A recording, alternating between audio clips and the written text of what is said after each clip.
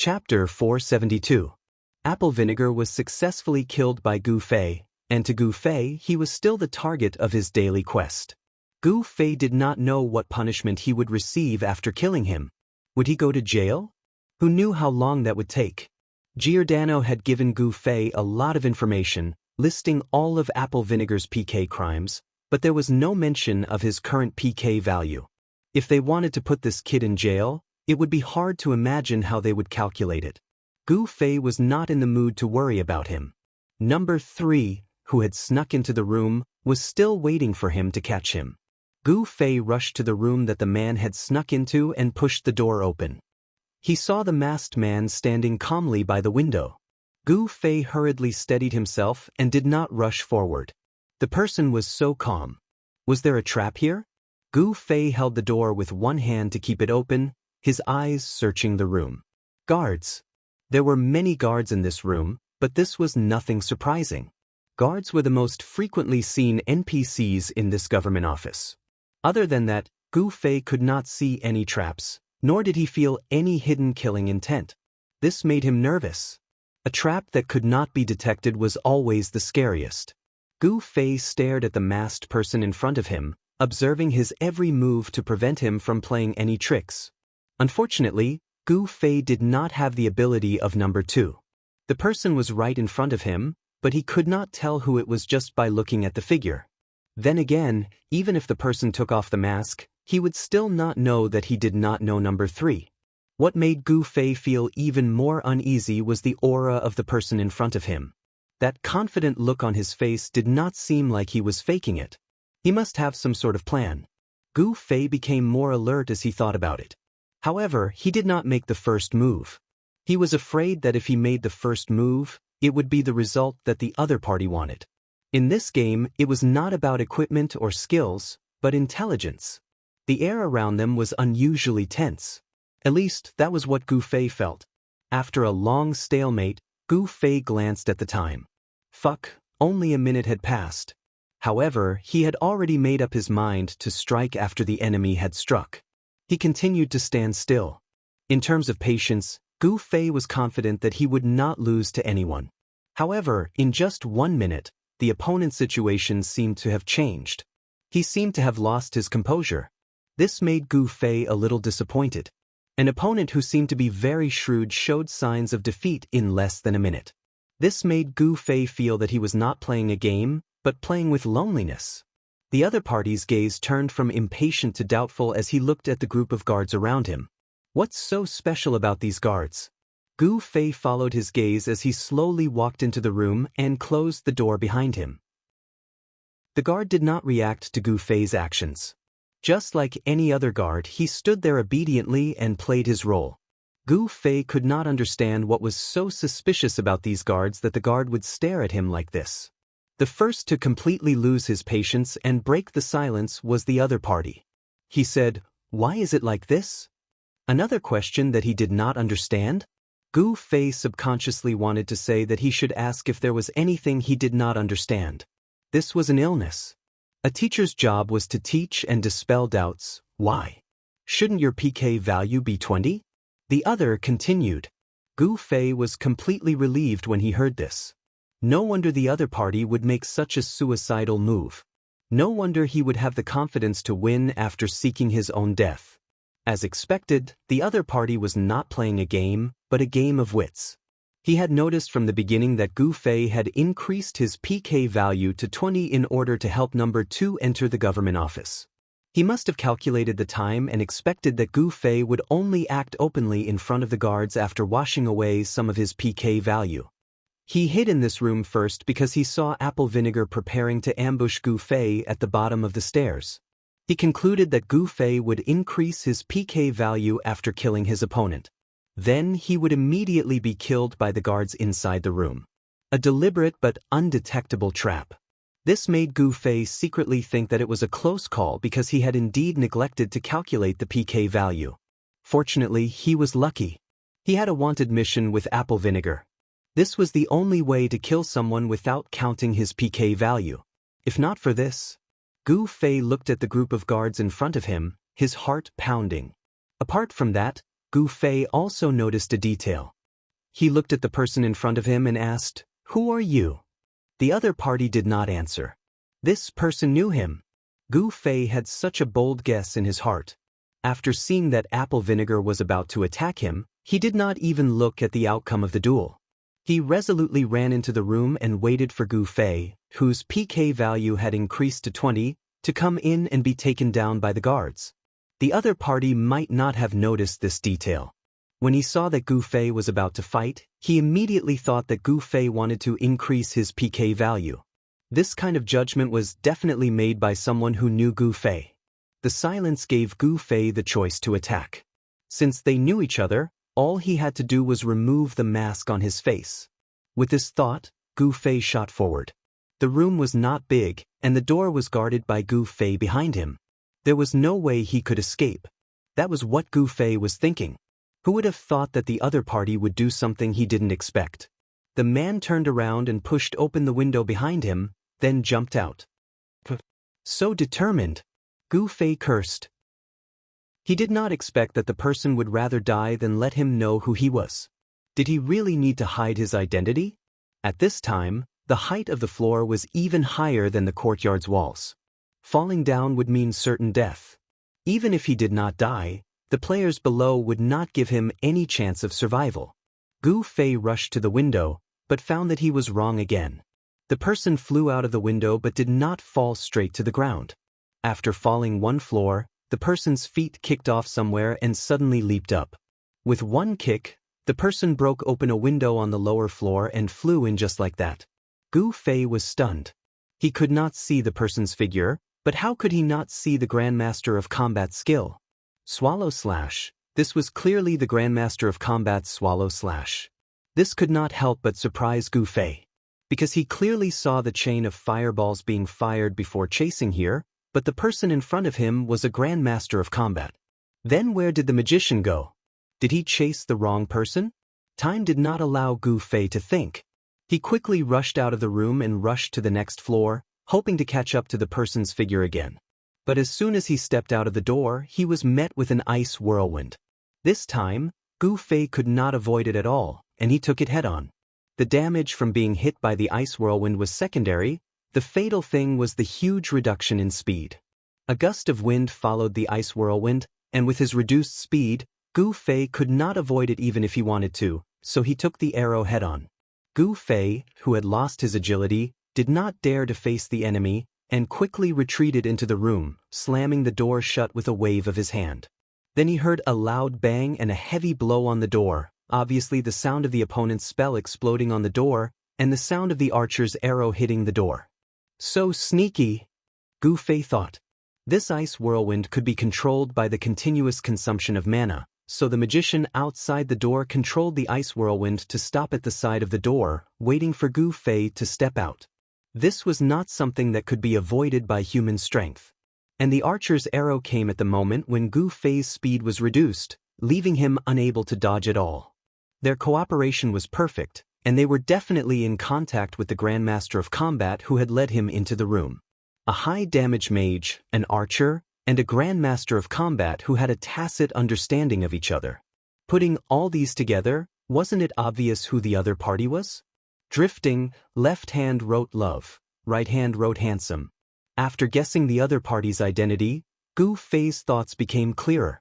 The third person who organized this team was the Grandmaster of Combat, left hand wrote love, and the one who led him into this team was the archer, right hand wrote handsome. Gu Fei was a little confused. How did number 6 find out that he had a two-way mission with flowers in the fog? Just from the disturbance in the courtyard? So it seemed that Drifting had arranged for him to wait outside the door, and then deliberately led him into this team. What was his purpose? How did Drifting get into the government office? There were a lot of questions, and Gu Fei couldn't wait to know the answer. He sent a message to Drifting, "What the hell are you doing?" Before he could reply, he heard a bang, and the window of the room was kicked open. The guy who had just jumped out of the building had used Swallow Slash again. Hello. Left hand or right hand? Gu Fei only knew these two people, but he couldn't match their names and classes. It's left hand wrote love. The guy said as he took off his mask. What the hell are you guys doing? They organized a team, brought them into the government office, and now they seem to be killing them one by one. Gu Fei didn't understand. Let's talk about it later. Love Left Hand suddenly flew up and punched.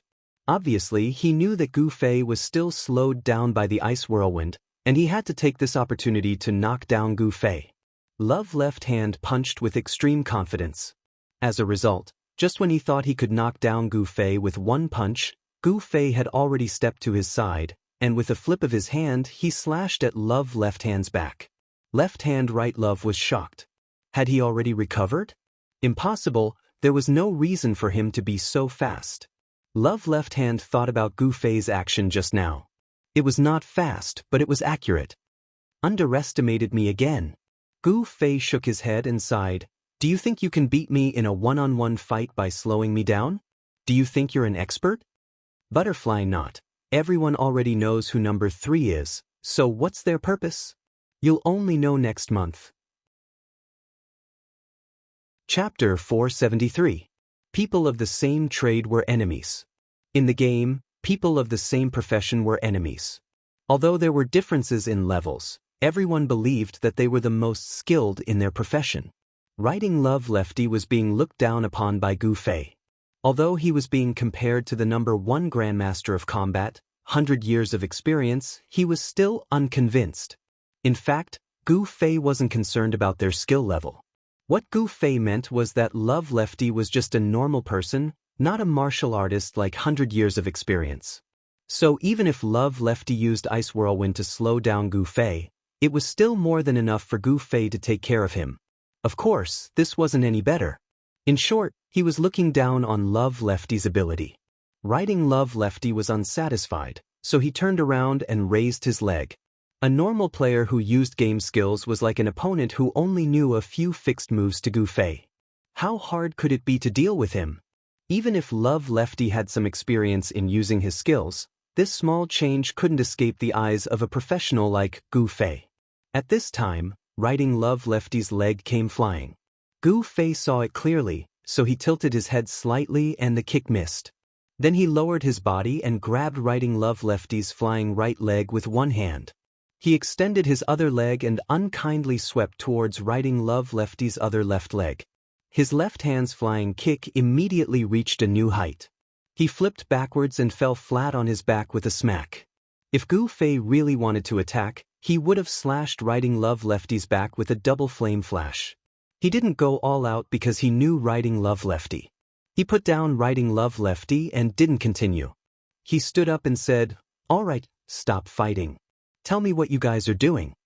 With a bang, the door was pushed open. The system house's door was open for people to enter and exit. If there wasn't a special arrangement, it wouldn't be locked. Gu Fei blocked a wave of spells and arrows. Now that Drifting and Writing Love Lefty also pushed, the door opened. The two rushed in and saw Writing Love Lefty lying on the ground. Gu Fei turned around and innocently shrugged. "What are you guys trying to do?" Although he was sandwiched between the three of them, Gu Fei was not afraid at all, because the freeze effect had already passed. It was originally only for a few seconds, and if it continued, it would be too much of a freak. Of course, Drifting knew how long his spell would last. He was sure that Right Love Lefty wouldn't have disappeared by the time he cast the spell. But now, he saw Right Love Lefty fall to the ground in such a sorry state. Could it be that Lefty had defeated Right Love Lefty when he was slowed down by the frozen spell? Drifting gasped. He realized that the stranger wasn't the only one who had underestimated Gu Fei. He thought he knew how strong Gu Fei was, but he was wrong. Was there a limit to his strength? Gu Fei retreated to the wall and stood in a position where he could easily attack any one of the three. Then he smiled and said, "Tuk? Why isn't anyone talking?" Drifting looked at him and said helplessly, "A mission is also a mission." "What mission?" Gu Fei asked. "It's just a normal mission. I can't compare to you. You actually dared to assassinate Giordano," Drifting said. "But isn't it despicable to purposely use so many people as cannon fodder?" Gu Fei said. He always had a good impression of Drifting. Now that he thought of Drifting doing such a thing, he couldn't help but feel sorry for him. Drifting shrugged indifferently and said, I think you misunderstood me. I've never been a good person. Yes, it's a misunderstanding. Gu Fei nodded. He felt a little sorry for Drifting. He always had a good impression of Drifting.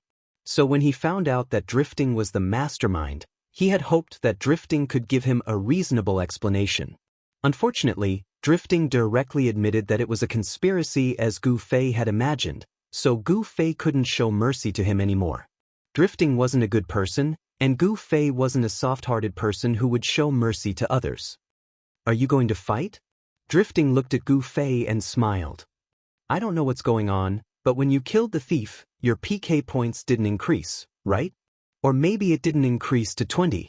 Anyway, if you attack any of us now, your PK points will definitely increase to 20. I think that's why you didn't kill Lefty even though you knocked him down, right?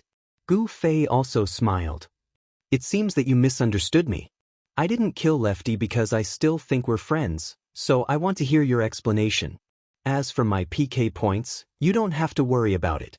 I'm very experienced in dealing with it. Oh, I see. So are we still friends now? Drifting asked. We can be friends, but if you do something wrong, you have to be punished. This has nothing to do with whether we're friends or not, Gu Fei said. It's just a game. Do you need to care so much? Drifting asked. Hee, it's just a game, so I didn't take it too seriously. That's why I said we're still friends. Since it's just a game, you won't mind if I cut you down one level, right? Gu Fei said. If you cut me down, how are you going to leave this place? Drifting walked to the window and pointed down. Don't tell me you don't know what's going on down there? The situation down there doesn't seem to change if I cut you down or not, Gu Fei said. Not necessarily. Drifting smiled slyly. Gu Fei suddenly remembered something. He patted his head and said, I see. You understand? Gu Fei nodded. You purposely gathered a group of people. You didn't want them to be cannon fodder. You wanted to send them into the government office. At this time, as one of the people who are currently looking at the flowers in the fog, you can openly enter the government office under the banner of going in and destroying them. What's even more perfect is that after you eliminate these guys, you can walk out in a dignified manner. These foggy people outside are not a threat to you at all. That's right. Drifting nodded. Those people can complete their task, but they have to pay the price of a level. As their companion, I help them complete their task. As one of the people in the fog, I also helped them eliminate the troublemakers. As for me, I also took the opportunity to complete my task. Everyone got what they needed. Well, you just want to do a task. Is it necessary to make it so complicated? Gu Fei said. If you're in the fog, you'll know whether it's necessary or not. Apart from a few core members, the guild did not have much trust in anyone else. So, even if I join them, I won't be allowed to enter the government office when they have an important task. So, I can only create this situation, Drifting said. But I'm surprised that you can come. Drifting suddenly smiled. Without you, it wouldn't be so easy to break into the government office. If we can't break into the government office, you can't either, Gu Fei said. Of course. But you have the permission to enter the government office. Won't that arouse the suspicion of your president? Gu Fei said. Drifting smiled. Because I have the permission to enter the government office of each main city. Drifting pointed at the badge on his chest. I completed a task that spanned more than 20 main cities, so I got this special reward. I have the permission to enter the government office of any main city. Oh, if that's the case, then the left and right hands also have badges. Gu Fei looked at the chests of the two people and saw that they had the same badge. Drifting nodded. So, it's not difficult for us to get the chance to enter the government office. You? Didn't left and right hand come in with us? Gu Fei said. That is true, but I will naturally include the two of them in my speech. So, after we kill everyone in the government office, they just need to return to their original appearances and follow me out, Drifting said. Did they enter the government office? Could it be that no one saw them? Gu Fei said. The chaos down there is beyond your imagination. Think about it. A mission that lasted for so long suddenly suffered such a heavy blow, And so many people went crazy, Drifting said. I see. You've calculated everything, Gu Fei sighed. Except for you. Drifting looked at Gu Fei and said, inviting you to join us was a risky move. With you, the success rate of entering the government office will be higher, but how to get rid of you in the government office will be tricky. We'll know soon enough. Gu Fei clenched his sword. If it was someone else, I'd try to negotiate with them, Drifting said. What conditions? Gu Fei asked. Now, besides the four of us, there's only one person left in the building. Don't worry. That person is gone. Gu Fei knew that Drifting was talking about number 2, who had been hiding behind the door until he was killed by number 4. Drifting and the others probably didn't know. Oh. Drifting didn't know. He nodded and said, then, there's only the 4 of us. The 3 of us can go out and tell the guild that we've killed all the targets. Maybe they won't believe us and stay, but if you wait patiently, they'll leave. Then, with your strength, it won't be hard for you to get out. But I feel like you won't compromise, Drifting said. That's right, Gu Fei said. I'm a short-sighted person. I don't know how far I can go. I just want to teach you 3 a lesson. As for how to get out, that's for later, right? If that's the case. Drifting had no choice but to raise his staff. Chapter 474. Drifting's spellcasting technique was very refined and powerful. It was especially difficult to dodge in a room like this. Drifting seemed to have done some special research on spellcasting in a room, so he was even more talented in this aspect. Gu Fei did not dare to be careless. Seeing that Drifting was about to make a move, Gu Fei hurriedly launched his killer move, teleportation and double flame flash. Ice Shadow. Drifting, who had been practicing spells for a long time, was also very fast. He instantly completed the chant. Gu Fei slashed down with his sword, and Drifting was cut into pieces. The ice fell to the ground, and steam rose up. Gu Fei hurriedly looked around and was shocked. Of the 4 drifters created by the Ice Shadow spell, 1 was smashed by him, 2 were in the other 2 corners of the room, and 1 had actually floated out of the window.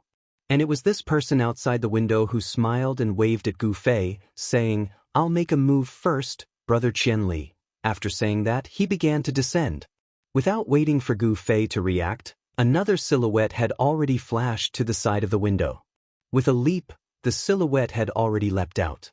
It was Left Hand Right's Love. With a horse-spurring meteor, he also leapt out of the window. Gu Fei hurriedly chased them out of the window and saw the 2 people who were still falling. He grabbed Drifting's legs with his left hand and threw himself into the air just before they hit the ground. Just like that, Drifting was flung out. Even though he took damage from the skill, he didn't suffer any damage from falling. Drifting was still alive after he landed. Love's left hand used Flying Swallow Slash to kick the wall. His body flew out and changed the direction of his fall. Even though he landed hard and rolled a few times, he was still alive. At the same time, the door behind him opened. Gu Fei looked back and saw that Love Left Hand had also run out. Gu Fei sighed and did not chase. Love Left Hand was number 6. When he lured Gu Fei to join the team, Gu Fei wanted to catch up to him and see his face, but he did not succeed. Their speed was about the same. At this time, Gu Fei also received a message from Drifting. Why did you chase them outside the window? I can't help you now, Gu Fei sneered. He knew that Drifting meant that when you reach the window, the people below have already seen you, so I can't cover for you. This explanation seemed to be valid, but the 2 of them had jumped off the building one after another, so it was only normal for him to chase after them and take a look, right? With Drifting's meticulous thinking, he should have thought of this. This guy simply felt that confronting Gu Fei head-on was not a good idea, so he turned around and ran away. In the end, he even complained that Gu Fei didn't understand him. He was really mean. Gu Fei didn't reply to his message, but his message came again. How are you going to escape? I'm really curious. I'll be waiting in the courtyard to enjoy your performance. Gu Fei smiled again. How could he escape? In fact, he had already thought of an idea. Although it was not a very kind idea, he had no choice but to use it. Gu Fei left the house and went up to the 3rd floor. He came to Giordano's guard room. After talking to Giordano, he immediately began to praise Gu Fei's actions. Obviously, the daily task had been completed. Then he gave out the experience and money reward. Gu Fei was curious about what would happen to apple vinegar. Unfortunately, he couldn't get any information from Giordano. After looking at the time, Gu Fei buried his head in the sofa and fell asleep. In the courtyard outside the government office, Drifting and Love Left Hand looked very embarrassed. No one would have thought that the two of them had actually jumped out of the window. Everyone thought that the two of them had survived the disaster. He's really a master. Everyone saw the mage standing by the window and thought that he must be the one who had sent Drifting and the others flying out of the window. They also had an archer. Was he dead? While they were thinking, Love Left Hand stumbled out of the government office. He looked very miserable. He said as soon as he saw someone, "Too strong." At this time, 3 size Flowing Maple had already rushed to Drifting's side. "Brother Drifting, you've worked hard." He didn't rush to ask about the task, but first showed his concern for his companions. 3 size Flowing Maple was a leader who paid attention to details. Drifting smiled and said with slight regret, "Unfortunately, we still couldn't complete it." Everyone looked at the window upstairs. At this time, Gu Fei had already left. "How many people are left in the building?" 3 size Flowing Maple asked. "1, Drifting replied. "Are the others dead?" 3 size Flowing Maple was quite happy. If Drifting hadn't been there, they could only watch as a few people ran around the government office. Who knew what kind of trouble they would cause? Now that there was only 1 person left, it was much less troublesome. "They're all taken care of, but this one is too hard to deal with," Drifting said. "Leave the rest to us," 3 size Flowing Maple said. Drifting and the other 2 came out of the building in miserable states. 3 size Flowing Maple was too embarrassed to say, "You guys go in and try again." Drifting nodded and retreated to the side with Love Left Hand and Love Right Hand. They looked at the window where Gu Fei had left, deep in thought. "What is this guy going to do? I'm really curious," Drifting thought. "His magic power isn't strong enough. It won't be enough for him to kill his way out of the courtyard. Besides, he has too many PK points. If he kills a few players, he will attract the attention of the NPC guards. There are more than 1 or 2 guards in the courtyard. I'm afraid he won't be able to provoke them, right?" While Drifting was thinking, 3 size Flowing Maple had already started to make arrangements. "Everyone focus. Don't miss the front and back doors and all the windows. If you find anyone, kill them on the spot." "Yes." Everyone in the courtyard shouted in unison. Drifting and the others had successfully killed several people who had entered the government office. Only 1 survivor was left, which was a great boost to their morale. "So noisy." Hearing the loud shouts outside, Gu Fei mumbled discontentedly. He turned over and went back to sleep. As time ticked by, the members of Flower Gazing Through the Fog stared at the building without blinking. 1 minute, 2 minutes, 5 minutes, 10 minutes, half an hour, 1 hour, 1.5 hours, everyone felt tired. Maybe that guy had forcefully gone offline, and everyone was waiting like idiots. Someone guessed. "No, he's still here." Drifting, who was a good friend of Gu Fei, answered everyone's questions. At the same time, he was also curious about what Gu Fei was doing in the building. Was he killing time to get rid of his PK points? How long would it take? Or was he fighting with Giordano? That was even more impossible. There were so many NPC guards in that room. Since he knew about Gu Fei's quest, Drifting had specifically looked for Giordano's location. His conclusion was the same as Gu Fei's. There was no chance for him to attack. What the hell is he doing? Drifting was a little anxious. Flowing Maple 3 size, who cared about the quest the most, was even more anxious. This guy had been hiding in the government office for so long. They really didn't know what he was doing. Flowing Maple 3 size had wanted to invite Drifting and the other 2 players who had permission to go in and take a look, but he had resisted the urge several times. This time, after hesitating for a while, he finally stood up and walked over. "Brother Driftings, I haven't seen this guy for so long. What do you think is going on?" Flowing Maple 3 size asked. "This, I'm not sure. But there shouldn't be any other exit in this building. Besides, there are many guards in the building, so he doesn't have a chance to do anything. He hasn't come out for so long. I really don't know what he's doing, Drifting said. Oh. Drifting's words dispelled Flowing Maple 3's doubts. He was indeed worried that Gu Fei was planning to blow up the entire building. This guy hasn't come out for so long, and we're all very anxious. Should I trouble you three, who have permission, to go in and take a look? Flowing Maple 3's finally made this request. Drifting immediately thought, is this it? This guy knows that if we wait for too long, we won't be able to bear it. Naturally, he will invite me in again. Then, he will wait inside to take me down to vent his anger. As Drifting thought about it, he felt that it was more and more possible. He knew that it might be a trap, but he wasn't stupid enough to take the risk. Thus, he rejected Flowing Maple 3's request. This guy is very powerful. The three of us aren't his match. If we go in and meet him again, I'm afraid we won't be able to come out alive. I see. Then let's think of another way. Flowing Maple 3's smiled faintly and then left. Of course, he was very unhappy. Although it was normal for people to be selfish, he still hoped that his guild members would have a high level of awareness and wouldn't be afraid of sacrifices or difficulties for the benefit of the guild. Drifting obviously didn't have such a high level. This kind of person, no matter how high his level was, would be of limited help to the guild. Flowing Maple 3's thought. Thus, the waiting continued. Some guild players were already discussing in private. It's been so long. If this guy really wanted to ruin our quest, he would have already ruined it.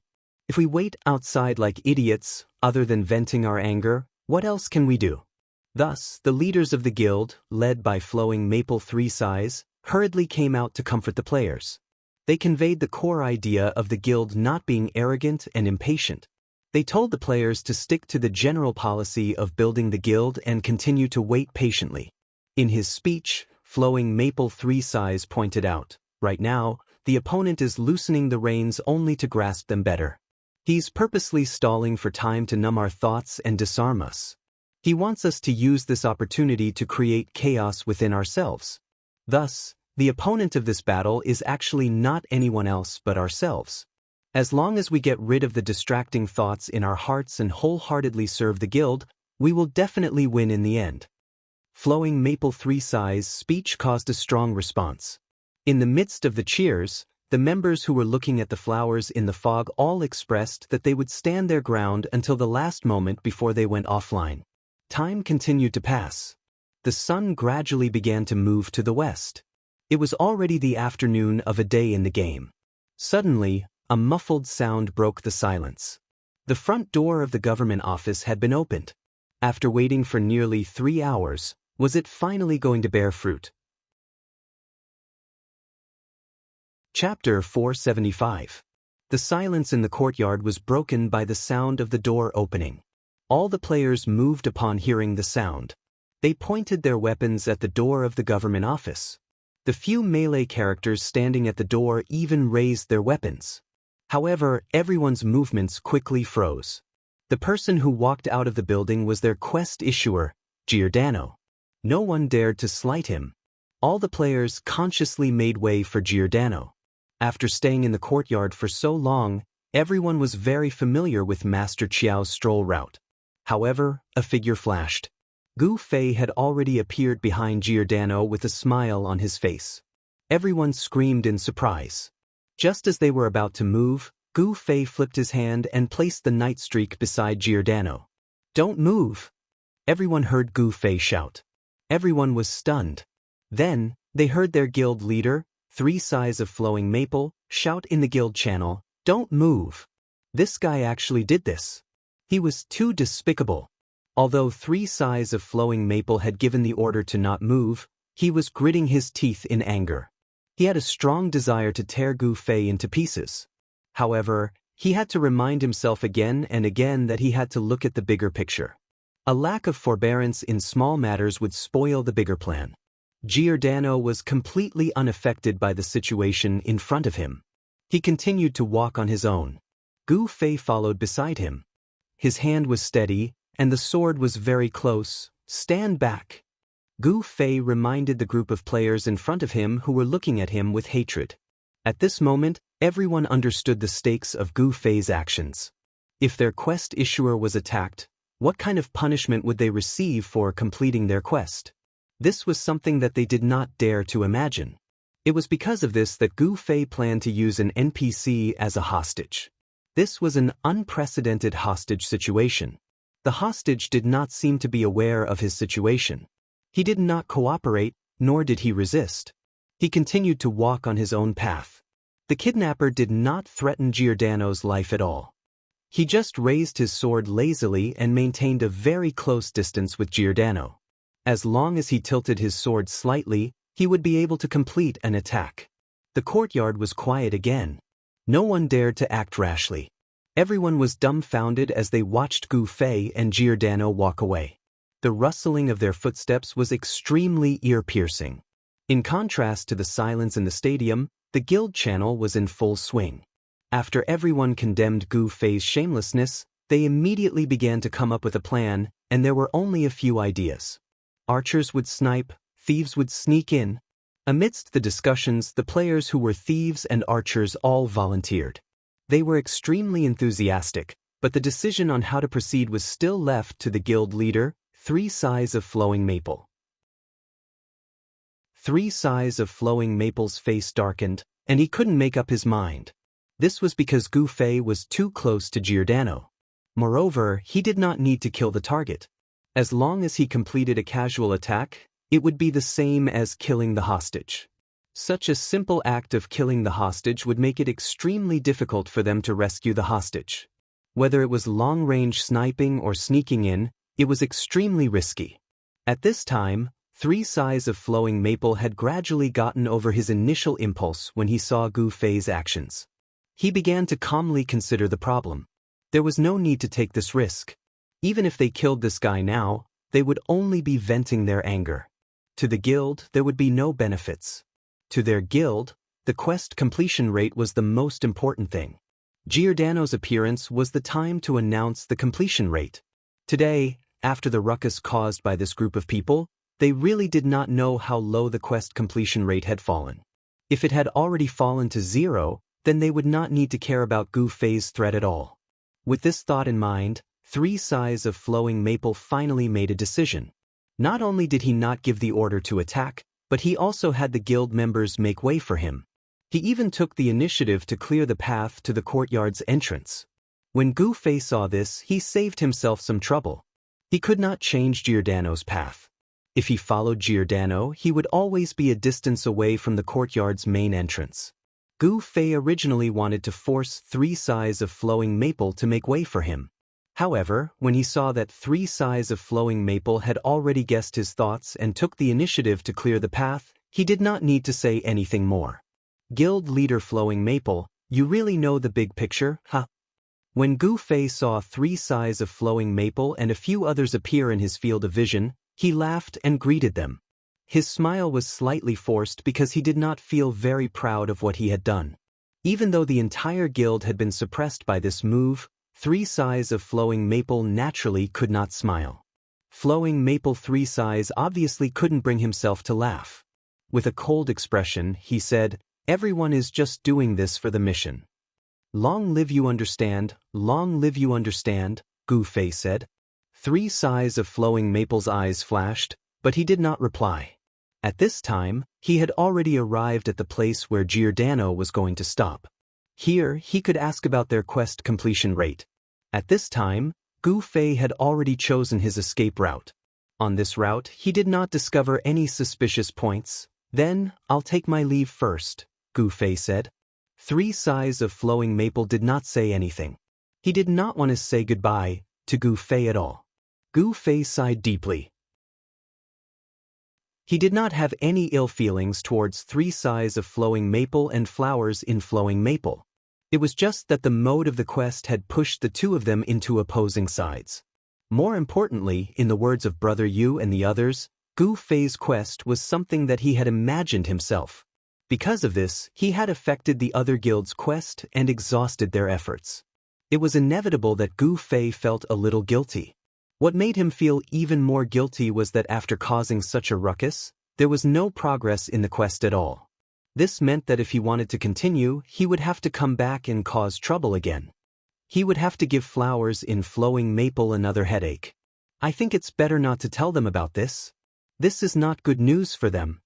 Gu Fei sighed as he quickly escaped from Giordano's side. Looking back, he saw that no one had attacked him. How trustworthy. Gu Fei felt even more guilty as he thought about it. However, this layer of guilt did not last long. Just when Gu Fei was about 30 meters away from Giordano, a distance that even a long-range mage could not reach, a tsunami of curses suddenly erupted from behind him. What was the meaning of being condemned by the masses? Gu Fei suddenly had a personal understanding of it. Following that, arrows from the archers who could still attack at this distance flew over like a swarm of locusts. Following that, Gu Fei saw some people flash out from the exit of the courtyard, firmly guarding the door. At the same time, the thieves who were lying in ambush on this path also began to appear, brazenly charging towards Gu Fei. Sure enough, it's not that easy. Gu Fei lamented, but he did not feel flustered. This was because this situation was within his expectations. He did not expect that after being sent halfway by Giordano, the flowers in flowing maple would continue to quietly watch him walk the other half. So the moment he left Giordano's side, he was surprised that he was not attacked. In this way, it seemed that this was just the other party being cautious. The other party wanted to completely confirm the safety of the hostages before carrying out a sudden attack on him, the kidnapper. It was not a surprising arrangement. If there was no such arrangement, it would be surprising. Gu Fei suddenly turned his head and changed his direction. This made the flowers in flowing maple, who had already shifted their focus to the exit, very surprised. And this new path was also what Gu Fei had been eyeing for a long time.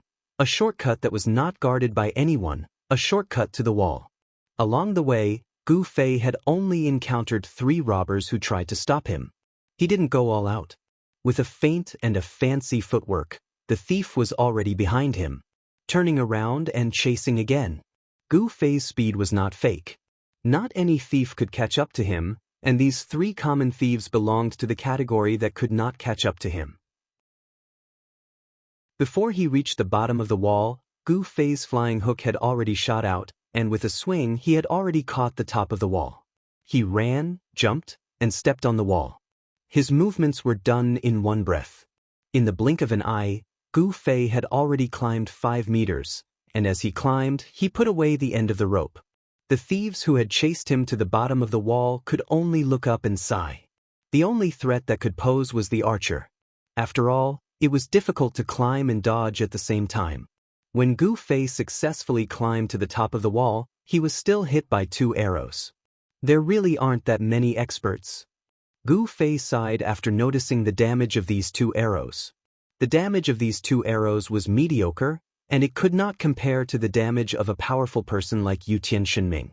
After throwing the arrows that he had pulled out of the wall, Gu Fei had already turned around and jumped down from the other side. When he landed, he was already in the fog, and his escape was successful. The flowers in flowing maple did not continue to chase after him, because at this time, 3 sighs of flowing maple had already finished talking to Giordano. What greatly surprised him was that although the quest completion rate had decreased, it was far less than he had expected. After such a big fuss, 3 sighs of flowing maple would not be surprised if they directly deducted 0 points. However, this result made him feel quite excited. The quest completion rate had only decreased by 5%. After 3 sighs of flowing maple announced this result in the guild, everyone was satisfied. It's only 5 points. It's not much, I thought it would all be deducted. Most of the people who thought this way were in a good mood at this time. It seems that we were a little too nervous. Someone said, "These people might not be here to deliberately cause trouble. They might really be here for a quest." Someone said, "But we still decreased by 5 points. Maybe we don't care about them and just let them complete the quest calmly. Then, it won't happen again, but who knows if they are real or not." Sigh, it's hard to predict people's hearts. The discussion became more and more profound. At this time, Three sides of Flowing Maple's brows were tightly knitted. This was because he had already learned from drifting that the most difficult person to deal with would definitely come again, and his quest would definitely cause the flowers in Flowing Maple to suffer heavy losses. Assassinate Giordano, Butterfly Knot.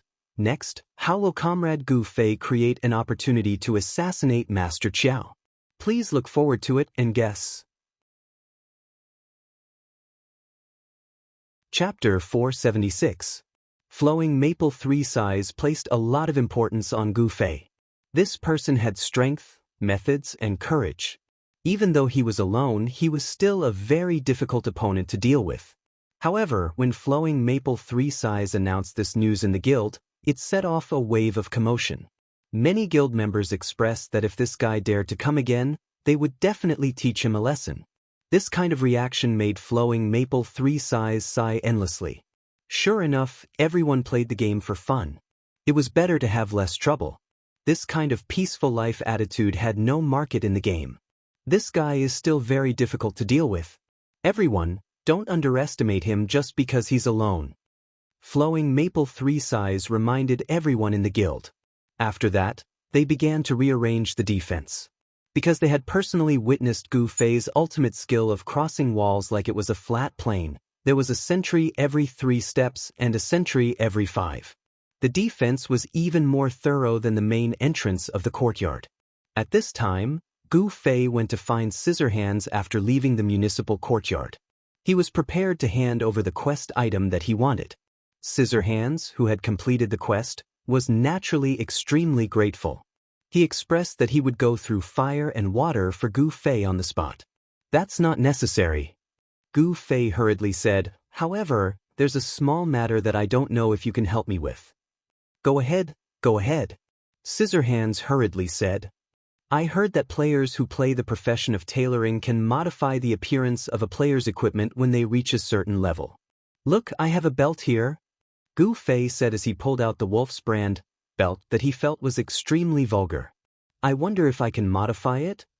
Belt? That's easy. How do you want to modify it? Scissorhands was very happy to be able to help Gu Fei. The main thing is this wolf head buckle. I wonder if I can fix it? Don't you think this wolf head buckle is very vulgar? Gu Fei said. A little. The size of the wolf's head does not match the width and color of the belt. The craftsmanship of the belt is rather rough. Some might say that it exudes a sense of wildness, but from my perspective, this so-called wildness is not intentional. It's a result of the craftsman's lack of artistry and craftsmanship. He is unable to carve out the meaning that he wishes to convey, and that is why this situation is so confusing. Conceptually speaking, Scissorhands studied the design of the belt, and from his professional point of view, he immediately gave the belt an analysis. Wait a minute. Gu Fei interrupted Scissors and asked carefully, are you speaking Chinese? I don't understand. Just tell me if you can change it. Gu Fei said, I can, but I'm afraid I can't do it alone. Scissorhands said, why? Gu Fei didn't understand. This belt is not just a product of the tailor class. This wolf head buckle is the core part of the belt. However, it belongs to the blacksmith class.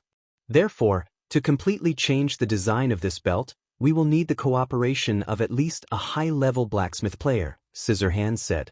Gu Fei immediately opened the mercenary channel. Experts, is there anyone with a high blacksmith skill? No one answered.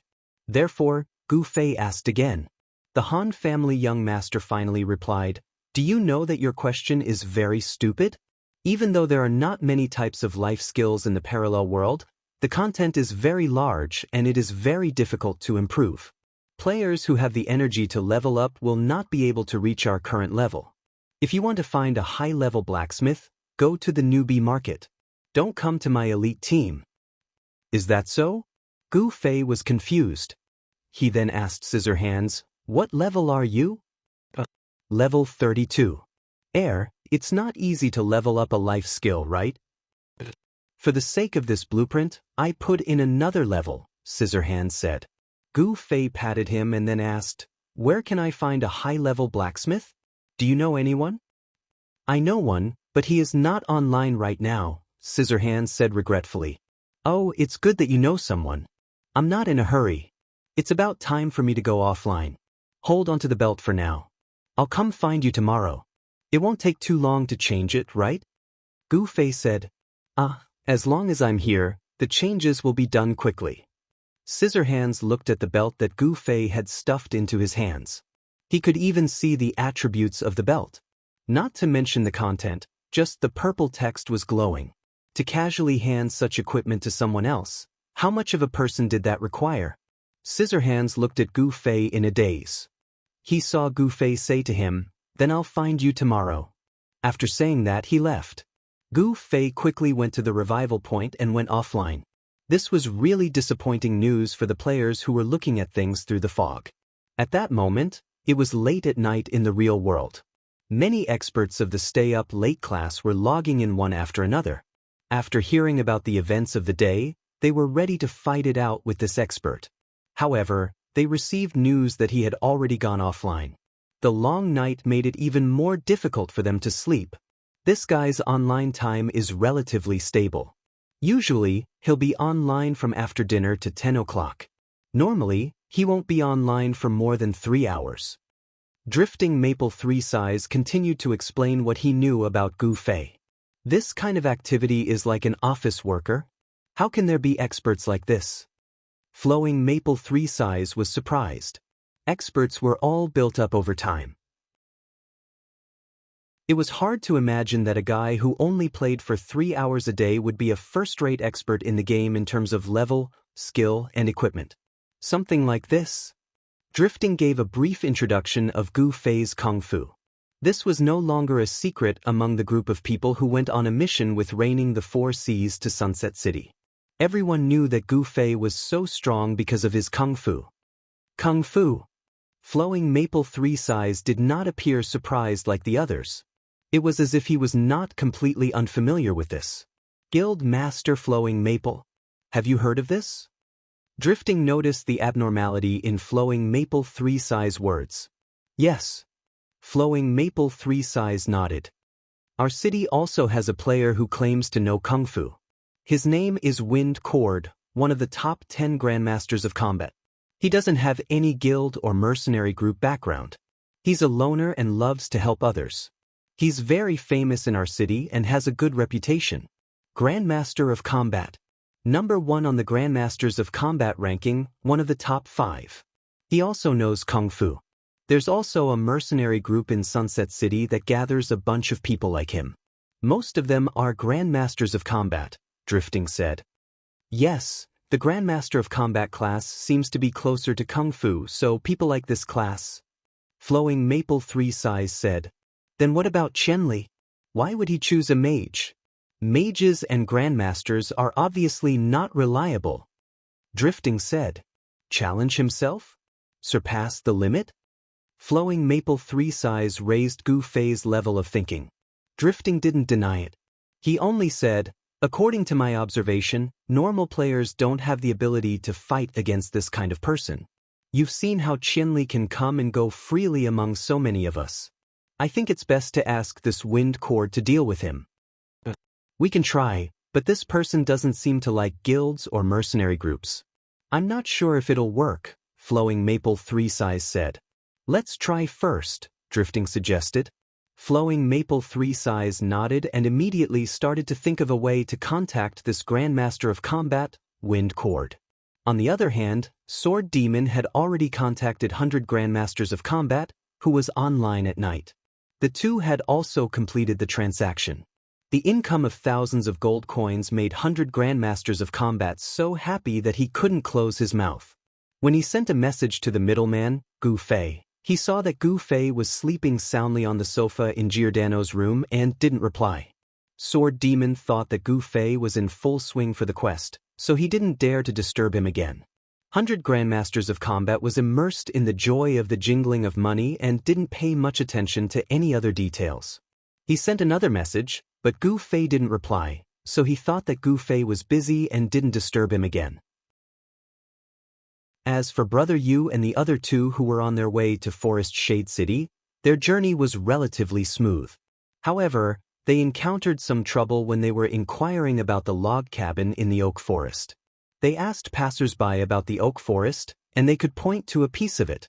In Forest Shade City, oak trees weren't rare at all. They had no choice but to ask the boss of the area, Water Depth, for help. But for some reason, Water Depth seemed to be in a very bad mood at this time and refused all visitors. The three of them could only helplessly wander in the woods around Forest Shade City, asking people if there was an oak forest nearby, if there was a log cabin in the oak forest, and if there was an NPC in the cabin. Such efforts weren't in vain. At 3:37 in the morning, the three of them actually found a log cabin in an oak forest in the woods of Forest Shade City, and saw an NPC called Gru in the cabin. "It's here!" Brother Yu shouted excitedly. Gru was a blonde young man with a calm face. Brother Yu showed him all the quest skills he had mastered, but it was all in vain. Whether it was the mention of the Hayes assassin Andrew Su, the Assassin's League, or the quest to assassinate Giordano, Gru always smiled and shook his head in response. "There's no other way. It seems that we have to use the diary as a prop." Brother Yu sighed. "But Qianli isn't online right now," Yutian Shenming said. "He'll be online tomorrow night." Unscathed in Battle said. "I really want to die." Brother Yu said. The long night was finally over.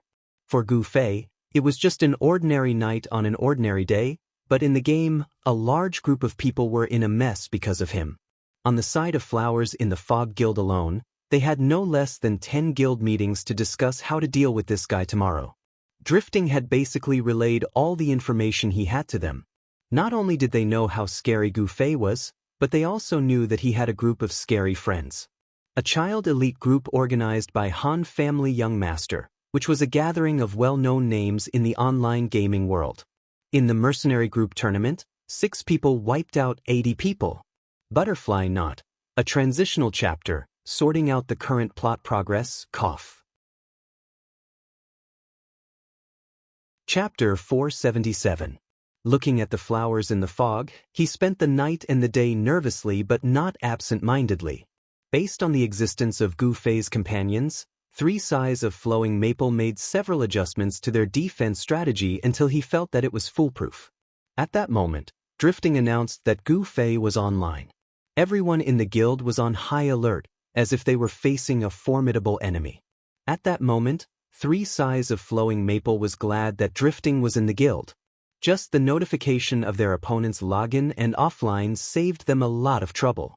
Gu Fei, who was online, immediately felt the crowd's expectations.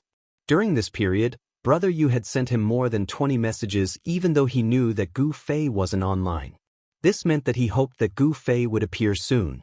At that moment, when Gu Fei appeared, Brother Yu sent him 3 messages. Diary. Send it. Quick. 1 sentence was split into 3 messages. Brother Yu's eagerness was evident. Found it? Gu Fei replied leisurely as he walked out of the offline area. "Yeah. If I can't get the quest, it must be because I need the quest item," Brother Yu said. "Alright, I'll send it over." Gu Fei said. "I'll be guarding the mailbox," Brother Yu replied. After ending the call with Brother Yu, Gu Fei opened Scissorhand's message. "The belt has been fixed and sent to you. You can change it if you're not satisfied." Gu Fei saw that it was perfect. He went to his mailbox and found that both problems could be dealt with. He checked his friend list and saw that Scissorhand wasn't online. He left a message to express his gratitude. He rushed to the mailbox and first sent Andrew Su's diary to Brother Yu. Then he found the belt that Scissorhand had sent. When he opened it, he found that there was no reference. This was because Gu Fei had no impression of what the belt originally looked like. However, at least the belt in front of him was like what Gu Fei had expected. It had erased the original wretched look, which made him feel extremely satisfied. He once again left a message to Scissorhand to express his approval of his work. After leaving the mailbox, Gu Fei ran off to carry out the bounty quest. If he didn't clear the PK points on him, it would be inconvenient for him to move around in the government compound. As a result, after clearing more than 20 PK points, Gu Fei looked at the time. It seemed that it was getting late. He felt that it would be better to go to the government office to continue the quest when he had enough time. So, he simply focused on completing the wanted quest until he went offline. When Gu Fei logged into the game, all the members of Up and Down waited in the courtyard like watchdogs. In the end, Gu Fei didn't even show his face. When Drifting told everyone that Gu Fei had gone offline, everyone felt like they had been played. In the blink of an eye, another day and night had passed. When Gu Fei went online again, the first thing he received was Brother Yu's unparalleled resentment. He held Andrew Su's diary in his hand and spent more than 2 hours at Gru's place. He almost wanted to read the diary aloud, but Gru didn't move at all. He responded to Brother Yu with the same attitude as the day before yesterday. This could only mean one thing. He had the item, but he didn't accept the quest. The three of them, who had made a wasted trip, were quite depressed. Their confident analysis turned out to be wrong in the end, which also made Brother Yu feel very embarrassed. The three of them were dispirited in Forest Shade City, and they didn't mention coming to Xia Wu City to meet up with everyone. Gu Fei was in high spirits at this time. Yesterday he washed off all the PK points, and today, he came a little early. He was ready to go to the government office to make a scene. After listening to Brother Yu's long-winded and irresponsible words of comfort, he immediately went to greet Sword Demon, saying that there might be some meaningful things to do today, and asked if he wanted to participate. Sword Demon readily agreed. The two arranged a place to meet, and they went to the government office together. Is the new skill good? Gu Fei was too lazy to use messages to chat unless he had no other choice. It was already the day before yesterday that the Sword Ghost had obtained the skill scroll from the 100-era strategist, and he had only asked about it today. Sword Demon didn't have time to speak. Just by looking at his excited expression, Gu Fei already knew the answer. What new discoveries did you make in your quest? Sword Demon asked Gu Fei again. The day before yesterday, I actually went to the government office with a group of people. Gu Fei told him about the 9 people. Sword Demon listened with great interest, and his eyes flashed with envy from time to time. It seemed that he was a little tired of the old-fashioned game life of leveling up, farming equipment, and running quests every day. He also looked forward to Gu Fei's exciting game life. I didn't expect Drifting to be so scheming. Sword Demon sighed after listening to the story. Are you familiar with him? Gu Fei found that he really didn't know much about this person. Sword Demon shook his head and said, Yutian might be slightly familiar with him. Yutian? Does Drifting count as a human in his eyes? Gu Fei said, probably not. The two agreed that Yutian Shenming, who despised and ridiculed Drifting, wouldn't be able to get any meaningful information about Drifting. Then what did you find in the process? Sword Demon asked. Remember the number 7 I just talked about? Gu Fei said, the one who was looking for the sleeping assassin in the yard? Sword Demon laughed. Among the 9 people, there were a few people who died that were quite a joke. Yes, the key was the assassin he was looking for. Gu Fei said, what is it? The assassin's attire is very similar to Haze's. Gu Fei said, what is it? Around here. Gu Fei patted his left arm. There's something embroidered on it. If I remember correctly, it's the symbol of an organization called Assassin's Alliance that Haze mentioned in his diary. Gu Fei said, there's something like that? Gu Fei nodded. I remember that the Haze assassin also had one on his left arm, and there was also a silly doodle in his diary where he drew this thing. What you're saying is that this sleeping assassin and the Haze shadow assassin belong to the same organization, so they might have the same mission. Sword Ghost said. Gu Fei nodded. Then you want to wake him up? What kind of breakthrough do you want to find from him? Sword Demon said. It seems more useful if he's asleep. Gu Fei said.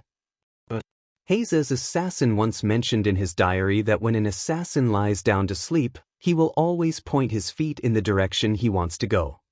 Gu Fei said, I have an impression.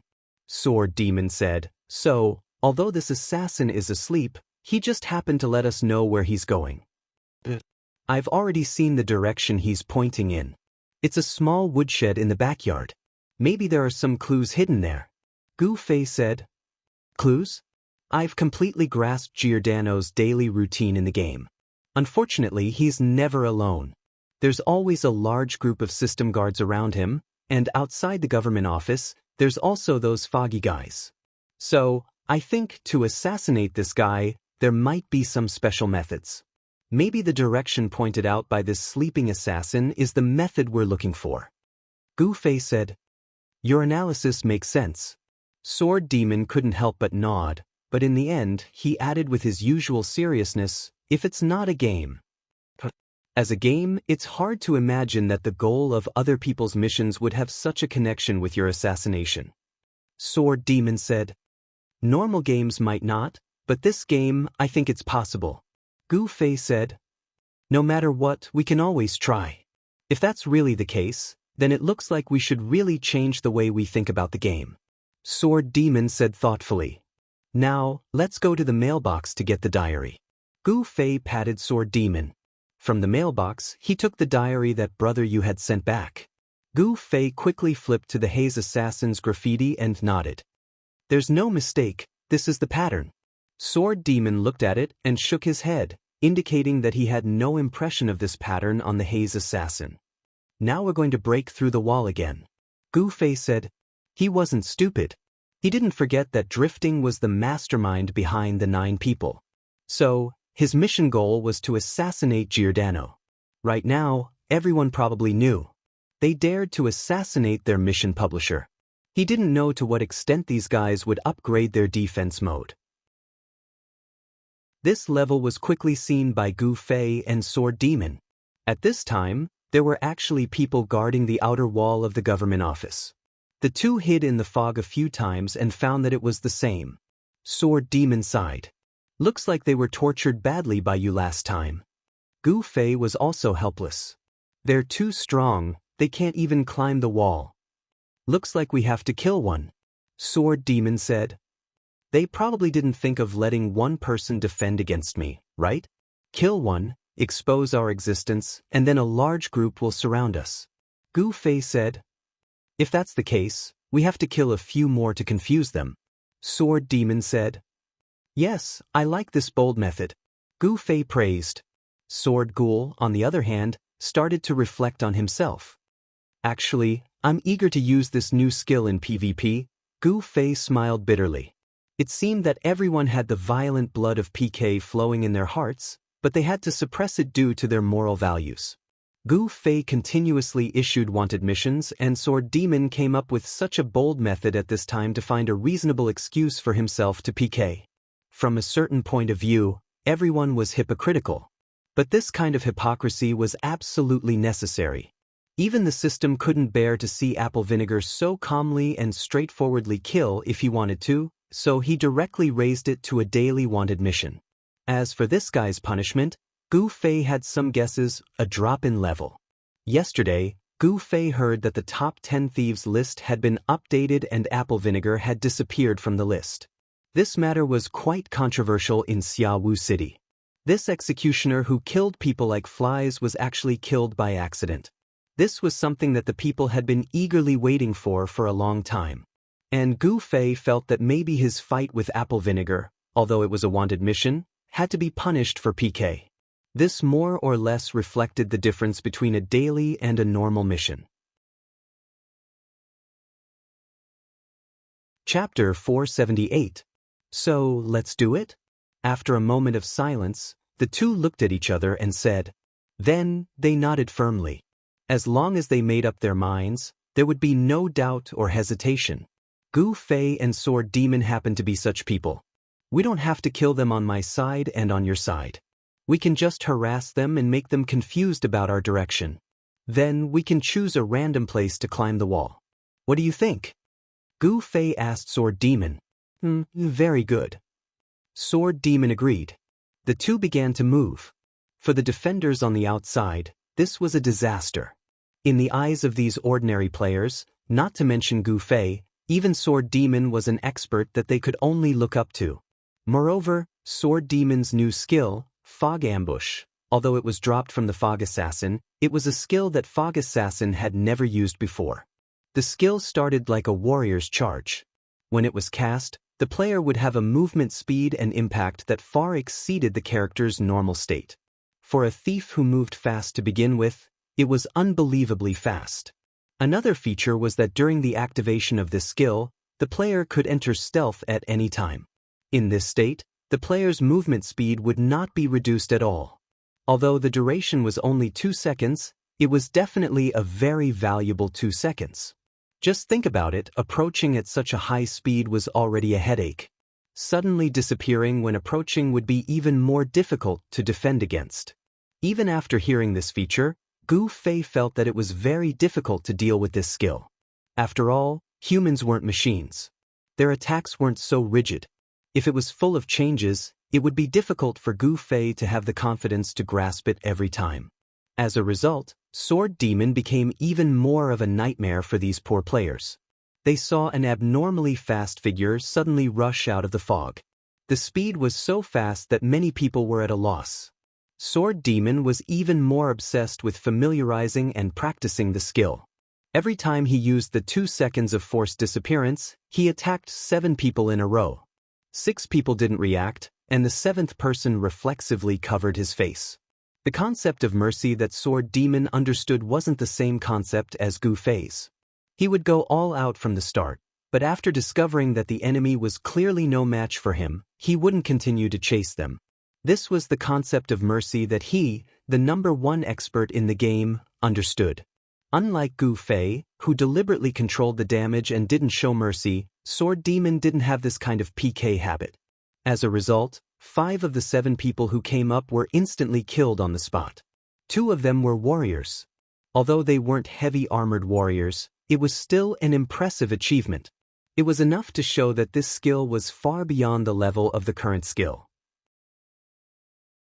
This kind of destructive power was impressively above Gu Fei's magic damage. Such a powerful destructive power was like a stone that caused 1,000 ripples.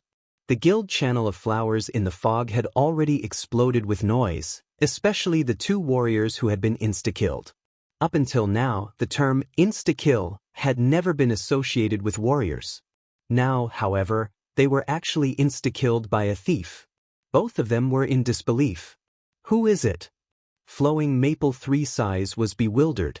1 hit to kill a warrior. This kind of damage was even higher than that Qianli drunk.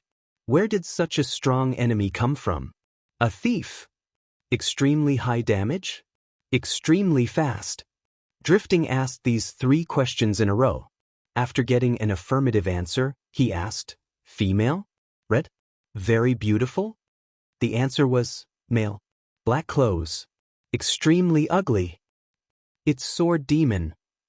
Drifting quickly got the answer. "Sword Demon? That Sword Demon? Yesterday, you didn't say that his attack was so strong." Flowing Maple 3 Size said. When Drifting introduced Sword Demon, he sighed with regret. It made people feel that this Sword Demon wasn't as strong as he was in the past. He didn't have the domineering aura of a king of the world. "I'm not too sure. He shouldn't be this strong, unless he had a fortuitous encounter recently," Drifting said. "If that's the case, then he's here?" Before Flowing Maple 3 Size could finish, he was suddenly interrupted by someone beside him. He was dressed in a Grandmaster of Combat's attire. He had been hiding under a big tree beside them. It was the expert Grandmaster of Combat that Flowing Maple 3 Size had specially invited, Feng Xian. Flowing Maple 3 Size originally didn't have any confidence in inviting this expert. He didn't expect things to be so unexpected.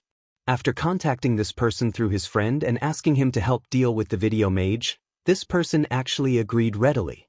Flowing Maple 3 Size couldn't believe that things had gone so smoothly. When he thought about it again, he could only conclude that martial artists liked to compete with each other. Hence, he hadn't taken action to help his guild complete a quest. Instead, he had taken action for his own challenge. As expected, after Feng Xian arrived at the government compound, he didn't care about any of Flowing Maple 3 Size guild meetings, core discussions, or defensive arrangements. As expected, the sunlight here is the best. This was the only thing Feng Xian said after entering the government compound. Then, he leaned against the tree and quietly waited for the expert mage to appear. Yesterday, after waiting for an entire day, Flowing Maple 3 Size was worried that the eccentric expert they had invited would become impatient. Who would have thought that the other party did not seem to mind at all? Today, he still came on time as soon as he logged in. Without saying a word, he went to the big tree and continued to lean against it. His lazy appearance made Flowing Maple 3 Size question this expert that he had high hopes for. He already felt that he couldn't rely on this guy too much. Feng Xian naturally didn't know about the discussion in the guild channel. However, he heard the conversation with Drifting after that. He's here. Flowing Maple 3 Size nodded. However, he's still outside the compound. Although they were actually discussing the situation with the Sword Demon, Gu Fei's harassment had appeared at the same time as the Sword Demon. However, it wasn't as shocking as the Sword Demon's. I've already harassed the 7th Corps. What about you? Outside the compound, the Sword Demon was also sending a message to Gu Fei. The 11th Corps. Gu Fei said. So fast. Sword Demon exclaimed. He had already tried his best to be efficient. Who would have thought that Gu Fei would be faster than him? It's more convenient for me. I don't need to do anything. I just need to show my face and they'll start screaming. Gu Fei said. Oh. Sword Demon understood. That's enough, right? Enough. Where do we meet? Sword Ghost randomly chose a coordinate, and the two of them began to rendezvous. At this time, more than 10 places that were under attack began to gather people. Perhaps it wasn't for defense, but to gather more people and gain a sense of security. I don't think the perimeter is for defense. It's just a warning to let the people in the compound know that we've arrived. After meeting up, Gu Fei said. Yes, that's right. Sword Demon agreed with Gu Fei's judgment. So what's next? Let's go. As long as they don't figure out where we're going to break in, our goal will be achieved. Sword Demon said. Gu Fei nodded. The two quickly found a suitable location. Because of the harassment, the perimeter defense was already very scattered at this time, and there were many undefended loopholes. Gu Fei sighed. The defense arrangement is still not in place. But it's so scattered, I think it's still difficult for us to find this kind of blind spot to sneak in. Sword Demon shook his head and said, some things can't be helped. They're just players in the game. How can they have the discipline of an army? That's right. Gu Fei nodded. What's more, if they want to clearly grasp our movements, they need someone to sacrifice themselves. This kind of order can't be given in the game. Sword Demon said. You know it very well. Gu Fei said. Of course, I've been through it. Sword Demon laughed. Oh yeah, I forgot. Gu Fei patted his head. He somewhat forgot that Sword Demon was also the boss of a famous guild in the past. How could he not know the rules and regulations of these guilds? However, if there's a guy like Gongzi, this kind of arrangement will definitely be more perfect than them. Gu Fei said again. Hee hee. Sword Demon laughed dryly. If it was that guy, at this time, he would naturally sacrifice the cannon fodder without hesitation. Moreover, he would always find an excuse to make people not aware of the truth. Okay, let's go. Gu Fei had already thrown out 2 flying hooks at this time, and a rope was handed to Sword Demon. After the baptism of that day, Sword Demon was no longer unfamiliar with this movement. He climbed up skillfully. His progress is very fast. Gu Fei said silently in his heart. That day, Sword Demon wasn't so skillful. It seemed that he had practiced in private these 2 days. He even cared about this kind of thing. This guy was really competitive. Immediately, Gu Fei also grabbed the long rope and followed Sword Demon up the wall. It's actually going so smoothly. Gu Fei, who was on the top of the wall, was a little surprised. He said to Sword Demon while collecting the flying hooks. What do you mean? It's been 2 days. I thought they would find a way to climb up the wall and then arrange guards on the wall. Gu Fei said. This. Sword Demon also helped collect a flying hook and said, probably only you think it's simple? How many people will know what this thing is and how it's made? This kind of claw hook is something that definitely doesn't exist on the market. What mission did you get it from? If you don't say it, even brother you won't be able to guess it. Also, let's not talk about how to climb. I think this thing needs a certain level of skill. It's not that simple, right? It does need a little bit. Gu Fei admitted. That's why I said that even if someone has seen this thing with their own eyes, it's difficult to make it. Sword Demon said. Your analysis makes sense. Gu Fei said. Indeed, in this game environment, only players like Sword Ghost and the others who were born as gamers would be able to see things more clearly. So what's next? Of course, observe first. Gu Fei took out his binoculars and observed. Chapter 479. Since the position of climbing the wall was not determined by the two of them, they finally chose a place that was relatively close to the backyard. Gu Fei took out his binoculars to observe carefully, and the Sword Demon waited quietly on the side. After a while, Gu Fei put down the binoculars, and the Sword Demon looked at him and asked. Gu Fei sighed. The focus of the defense is under the wall, and it is impossible to sneak in. If I had known this, I think it would be no different to go directly through the front door. If we go directly down, we will be drowned in the sea of people's war, Gu Fei said.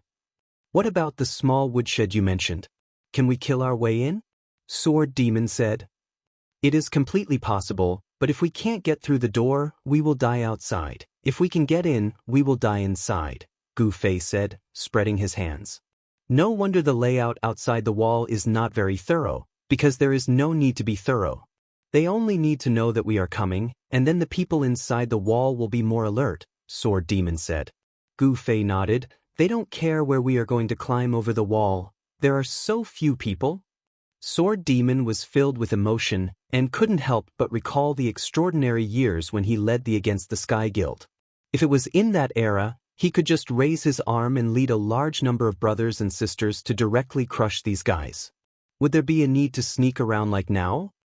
Diversion is the only way, Gu Fei said, but there are only two of us. If only one of us jumps down, I'm afraid we won't be able to lure them away.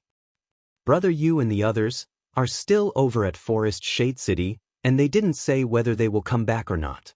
Sword Demon began to analyze how they could have more people. Drifting is now an enemy. Gu Fei was also thinking. Strange Pupil and Yen Xiaozhu? Sword Demon asked. Since they are not friends. Gu Fei said. Is there anyone else? Sword Demon thought. I think there's another one, Gu Fei said. Young Master. The two of them said at the same time, and then fell silent. What is Young Master doing? Gu Fei asked the Sword Demon. Sword Demon glanced at Gu Fei, meaning that he shouldn't have asked this question. Gu Fei replied with an "oh" and opened the message. I'll ask him. Are you bored? Ha. Gu Fei sent a message to the Han family Young Master. What's the matter? Han family Young Master asked directly. There is a very meaningful job, and I think only you are the most suitable candidate. Gu Fei said. Did you drink too much? You're trying to trick me? The Han family Young Master said. I'll let the Sword Demon talk to you. Gu Fei switched the conversation to the mercenary channel. So the Sword Demon gave a simple explanation, including some of Gu Fei's analysis of Andrew Su's diary. The young master of the Han family, who was drinking in the tavern, suddenly became interested when he saw the content. This seems a little interesting. What I'm thinking is that if the sleeping assassin came for the same purpose as the Misty Shadow assassin, then there must be something important in the woodshed he pointed at. Gu Fei said. Did you search him? Maybe there's something there. Han family Young Master said. I didn't think of this when I was with him. Gu Fei said. He only came up with this idea when he saw number 7 being taken out and killed from the window. He looked down from above and suddenly noticed the assassin's sleeping posture and the direction his feet were pointing at. If the conditions allowed it, he would naturally go check it out. Unfortunately, he didn't have the conditions at that time, so he had to start all over again. Brother Yu and the other two who could also watch the mercenary channel were also attracted by this analysis. Is this analysis really okay? Brother Yu interrupted doubtfully. Why not? You three came all the way here for nothing. You might as well stay here with me. Gu Fei said. The three were very sad. Gu Fei really touched their sore spot. What you need now is someone to divert attention from the defense of the courtyard. You need to find an opportunity to investigate the sleeping assassin and the woodshed, right? Han family young master repeated the difficulties Gu Fei and the sword demon were facing. The two answered together. This isn't something that can be done by one person. We need a team with a certain level of strength. Han family young master said. It will take some time for the three of us to come back. Qianli will also be offline when we come back. Why don't we do it tomorrow? Brother Yu and the other two said. It doesn't seem like it's only the three of you. Han family young master said. The three of them were very depressed. Strange pupil, help me contact her. Han family young master suddenly said. Oh, what do you want? Gu Fei asked. Let's meet at the tavern I'm at. I'll wait for her at the door. Han family young master spoke in the tone of a boss who only gave orders without explaining. Gu Fei was also helpless. When he saw that Strange Pupil was really there, he tried to contact him. Strange Pupil said that he had something to do and that he would be there soon. Gu Fei thanked him profusely. In his heart, he was wondering why Han family young master was looking for Strange Pupil. Was he trying to borrow this lady's connections? It didn't seem realistic. Gu Fei knew that the Han family's young master would never tell him about this beforehand. It would be more practical to ask Strange Pupil about it after they met. Do you know what he's up to this time? Gu Fei, who was bored, could only ask the sword ghost. I don't know. Sword demon shook his head. The two of them had no choice but to wait patiently. In comparison, the guild members on the other side of the wall were even more anxious. They had already confirmed that the outer perimeter was under attack. They would ask each other, "Is he here?" every few seconds until their mouths were dry. Life was unpredictable. Gu Fei and the sword demon were kind and did not want to harass them like this. However, their simple and crude human wave defense plan left the two of them at their wits' end. They had no choice but to stop their actions and harass them. The two of them on the wall sneezed nonstop. The players who were looking at them in confusion were cursing at them. After some time, Han family young master finally said in the guild channel, "All right, pay attention to the situation and decide what to do." What did you do? Sword demon asked. I found some helpers, Han family young master replied. Gu Fei was smart enough to send a private message to Strange Pupil. What did he say to you? He asked about the situation of the guilds and mercenary groups in Xiafog City. Strange Pupil said. When Gu Fei heard this, he understood. This trick again. What? Sword demon did not understand. Just like in Waterside City, betraying Jian Nan and the others. This time, it's probably to provoke the guilds here to harass us. Gu Fei said. This method is feasible. Sword demon, who knew how complicated the competition between guilds was, agreed with this plan. Seeing that a guild was about to complete the promotion quest, there would definitely be many guilds that would be extremely unhappy. In reality, there was no need for anyone to instigate them. They would think of ways to cause trouble. Perhaps young Master Han was just trying to convince them that this was a very good opportunity. During the Warring States period, this method was called the Vertical Alliance. Han family young master said, "You really are a great politician, diplomat, and strategist," Gu Fei said. "I thought you already knew." Han family young master said, "You guys deal with it yourselves." Of course, Gu Fei and Sword Demon regained their focus. The two had already moved to the top of the wall in the backyard, the position closest to the sleeping assassin. Look, the sleeping assassin is probably in that position. There's a big tree. Do you see it? Gu Fei passed the binoculars to Sword Demon and guided him. "Oh, found it," Sword Demon said. "You take care of him. I'll go to the firewood shed." Gu Fei pointed to the firewood shed in the corner of the backyard. In order to save time, the two decided to split up. Naturally, they did not know that this small firewood shed was actually Gu Fei's main target. There was no special arrangement for this place. Just like every other inch of the place, there were several players who could see this place. Gu Fei continued to wait patiently on the wall, waiting for the Han family young master to show his might. In the blink of an eye, an hour passed. What's going on? Gu Fei was confused in the channel. Be patient, they need time too. Han family young master said. Sword Demon replied, verifying the reliability of the information, organizing people, and coming up with an attack strategy all require time. Speaking of which, how did you encourage these guilds? Gu Fei asked. Guilds? Who said I encouraged them? Han family young master asked back.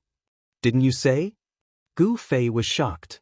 You said the method we used to deal with Jianan Yu counts as a collaboration. I don't think I said it was the same this time. Han family young master said. Gu Fei flipped through the chat records, and in the end he had to admit that young master Han really didn't say anything. But when Gu Fei and Sword Demon thought this way, this guy did not refute at all. He was purposely causing the two to misunderstand. This kind of thing was clearly meaningless, so why was this guy so excited about it? Gu Fei had the urge to cut someone up. Then what did you do? Sword Demon asked. One of you is a mage and the other is a thief. I just hired some players of the same class to harass them. Han family young master said. Is it possible? The two were confused. It's not possible in other places, but it's possible in Shiyu City. Shiyu City's special feature was naturally its foggy days. Thieves had stealth and could escape after one attack. Mages, on the other hand, could simply hide in the fog and cast area of effect spells. To impersonate, these two classes did have a certain degree of flexibility. Gu Fei and Sword Demon had the same thought. Normal players could impersonate each other, but how could they impersonate experts like us? Chapter 480. Two groups of professional players appeared outside the government compound of Xia Fog City. One of them was made up of 6 magicians, while the other was made up of 6 bandits. The players leading them were also famous characters in Xia Fog City, the magician Strange Pupil and the bandit Yen Xiaozhu. When the two sisters found out from their conversation with the Han family young master that they were also here for Gu Fei's quest, they immediately expressed their willingness to help Gu Fei's quest. Therefore, the Han family young master was more than happy to let go of the task and handed it over to Strange Pupil, who had more connections. Of course, Gu Fei was the one who paid for the quest. Gu Fei also owed the Han family young master a favor. In the end, the Han family young master was just an intermediary. As for the imitation part, it was just wishful thinking on the part of Gu Fei and the Sword Demon. In fact, the Han family young master did not intend to imitate them at all. He just wanted to create some chaos and distract the enemy. The magicians and bandits introduced by Strange Pupil were not weaklings either. They were skilled in their techniques. The magicians cast spells randomly in the fog, moving to a different location after casting a spell. The bandits targeted the slower classes. They would sneak up and stab someone before running away. Their style was very similar to the Mist Assassin. However, a few minutes later, the two groups realized that there was no one under the outer wall of the compound. Sister, where are they? Yen Xiaozhu asked curiously. They seem to have retreated into the compound, Strange Pupil said.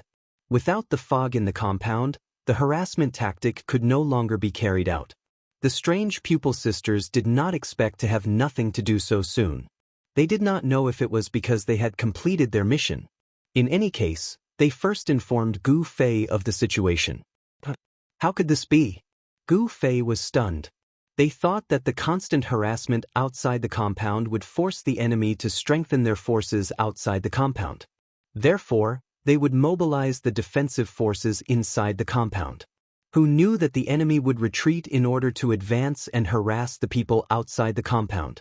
Fine, I'll simply withdraw the people outside the courtyard back into the courtyard so that you won't be able to harass them. Thus, Gu Fei and the Sword Demon smiled bitterly when they saw that the guards in the courtyard did not decrease but instead increased. Hey, your idea doesn't work. Gu Fei sent a message to the Han family young master. The meticulous preparation for an hour had failed so quickly. It really didn't seem like a strategy designed by the Han family young master. What's wrong? Han family young master asked. Gu Fei's words were like this. Nothing changed in the yard? Han family young master asked. Yes, there are more people. Gu Fei said. Be patient and watch, said the Han family young master. What else is there to see? Gu Fei was writing a message to the Han family young master when he suddenly realized that the confused players in the courtyard had started to move. As if they had heard a summon, the players that were scattered all over the courtyard suddenly began to move toward the front yard. As Gu Fei and the sword demon were in the backyard, most of their vision was blocked by the government office building. They didn't know what was happening in the front yard. Could it be the effect of the harassment? But the harassment had clearly forced the enemy back into the courtyard. Why did they suddenly seem to be redeploying? Of course it's the effect of the harassment, said the Han family young master. The harassment is to simulate you two experts? I really admire you two for having such a genius idea. Have you figured out what they're doing? They're on a mission. The purpose of the mission is to maintain the peace in the broken courtyard. They're not out to chase after you two. If the two of you were just harassing them from the outside, they would be more than happy. Only a ghost would be distracted by you two. Then now. But the harassment is also a type of simulation, but it's not the two of you. It's the guilds in Fog City, said the Han family young master. Guilds? Guilds again? After the disturbance you caused the day before, they're currently on high alert. This isn't a good time to disrupt their mission. Therefore, there's no way any guilds would be willing to make a move at this time. Working together won't work. But to really attract their attention, they have to make them think that a guild is going to attack them, said the Han family young master. Have they created it? Gu Fei looked at the busy players in the courtyard. How would I know? You're at the scene, right? It's just 12 people harassing them. Gu Fei couldn't believe it. These aren't ordinary 12 people. They couldn't see the smile on the Han family young master's face. They were recommended by one of the 5 roaches, strange pupil. They're all famous players in Fog City. It's hard to ambush them in the fog. We don't know the real identities of these 12 people, but those who are watching the fog should be able to see through them. In the game, a famous expert, in a certain sense, symbolizes a guild, or in other words, gives people the illusion that they are the symbol of a guild. Gu Fei suddenly understood. You're saying that these 12 experts with some background will make people think that their guilds are making a big move? That's right. That's the real reason why we invited Strange Pupil, said the Han family young master. As expected, Gu Fei sighed. This was a classic Han family young master strategy. The pawns in the game didn't even know the true meaning of their move. They were at the mercy of the pawns. Poor Strange Pupil and her friends. Gu Fei only hoped that they wouldn't suffer any losses because of this. The Han family young master continued. They've misunderstood, so they're probably mobilizing a large number of people to defend the front gate. However, this illusion won't last long. Hurry up and do what you need to do. But Gu Fei and Sword Demon replied. How's the situation on your side? Gu Fei asked the Sword Demon. There's someone near the sleeping assassin. I have to kill him, said the Sword Demon. Can't you go into stealth? You'll be exposed when you kill the assassin in stealth, said the Sword Demon. Oh, then hurry up. Once you're done, get on the wall and leave, said Gu Fei. Wait, I don't know if the assassin has anything related to the woodshed. Why don't I go down first and wait for my news? If there's nothing related, I'll leave and you can continue. If there's something related, you should get the information on my side first, said the Sword Demon. Makes sense. Gu Fei agreed. Wait for me. The Sword Demon didn't say anything else. He hurriedly threw down the long rope of the hook and slid down with a whoosh. When he landed and turned around, he saw that the person was already looking at him. The other person's attention was in the direction of the wall. He noticed it almost at the same time the Sword Demon threw the rope. The Sword Demon landed, turned around, and immediately activated Fog Ambush. He had already chosen a position on the wall. This landing point was within the charging range of Fog Ambush. That's fast, the person said in surprise. The Sword Demon also stared closely at the other person. A Grandmaster of Combat. The Sword Demon thought that he was really sorry. A Grandmaster of Combat's vitality wasn't strong or weak. They belonged to the middle class. They definitely couldn't resist the Sword Demon's killing move. He could only regrettably kill them. However, the serious sword demon never underestimated the enemy. Although fog ambush caught many people off guard with its high speed, the sword demon would still seriously use the disappear for 2 seconds effect every time. This time was no exception.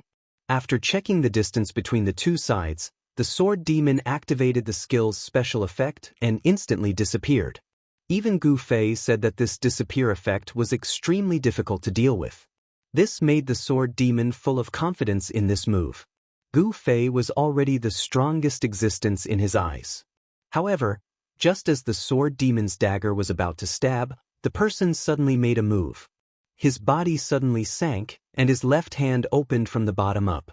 The sword demon was shocked and couldn't dodge in time. He watched as the opponent's left hand caught his dagger.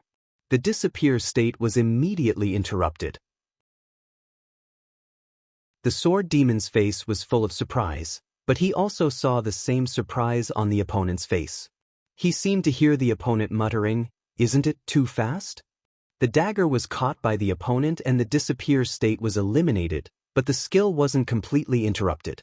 The sword demon saw the opportunity quickly and didn't hesitate at all.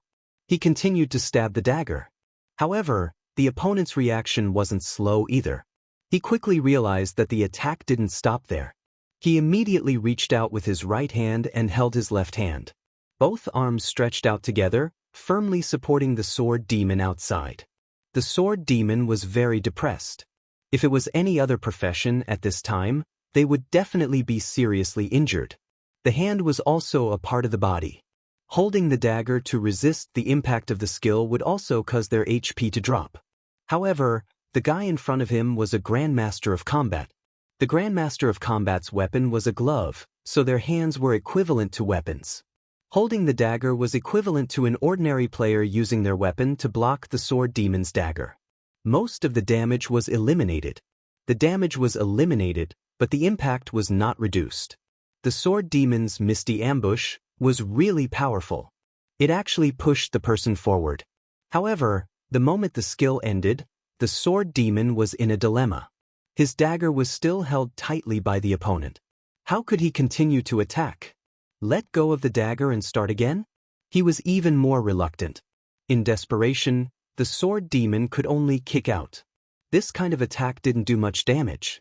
The sword demon only hoped that it could make the opponent retreat and let go of his dagger. Unexpectedly, the opponent turned 180 degrees and dodged the sword demon's kick. At the same time, he took a step back, his back against the sword demon's chest. His right hand released the dagger and held it under the sword demon's armpit. He arched his back and swung his arm. The sword demon only felt that the world was turning upside down. He had been thrown to the ground by the opponent. Oh no! The opponent's movements were smooth and skillful. This made the sword demon feel very bad. Could this guy be a martial artist like Qianli and Baisher? I'm afraid I'm not a match for this kind of person. The sword demon, who fell to the ground, looked up and met the opponent's inverted face. This person looks a little familiar? The sword demon suddenly thought.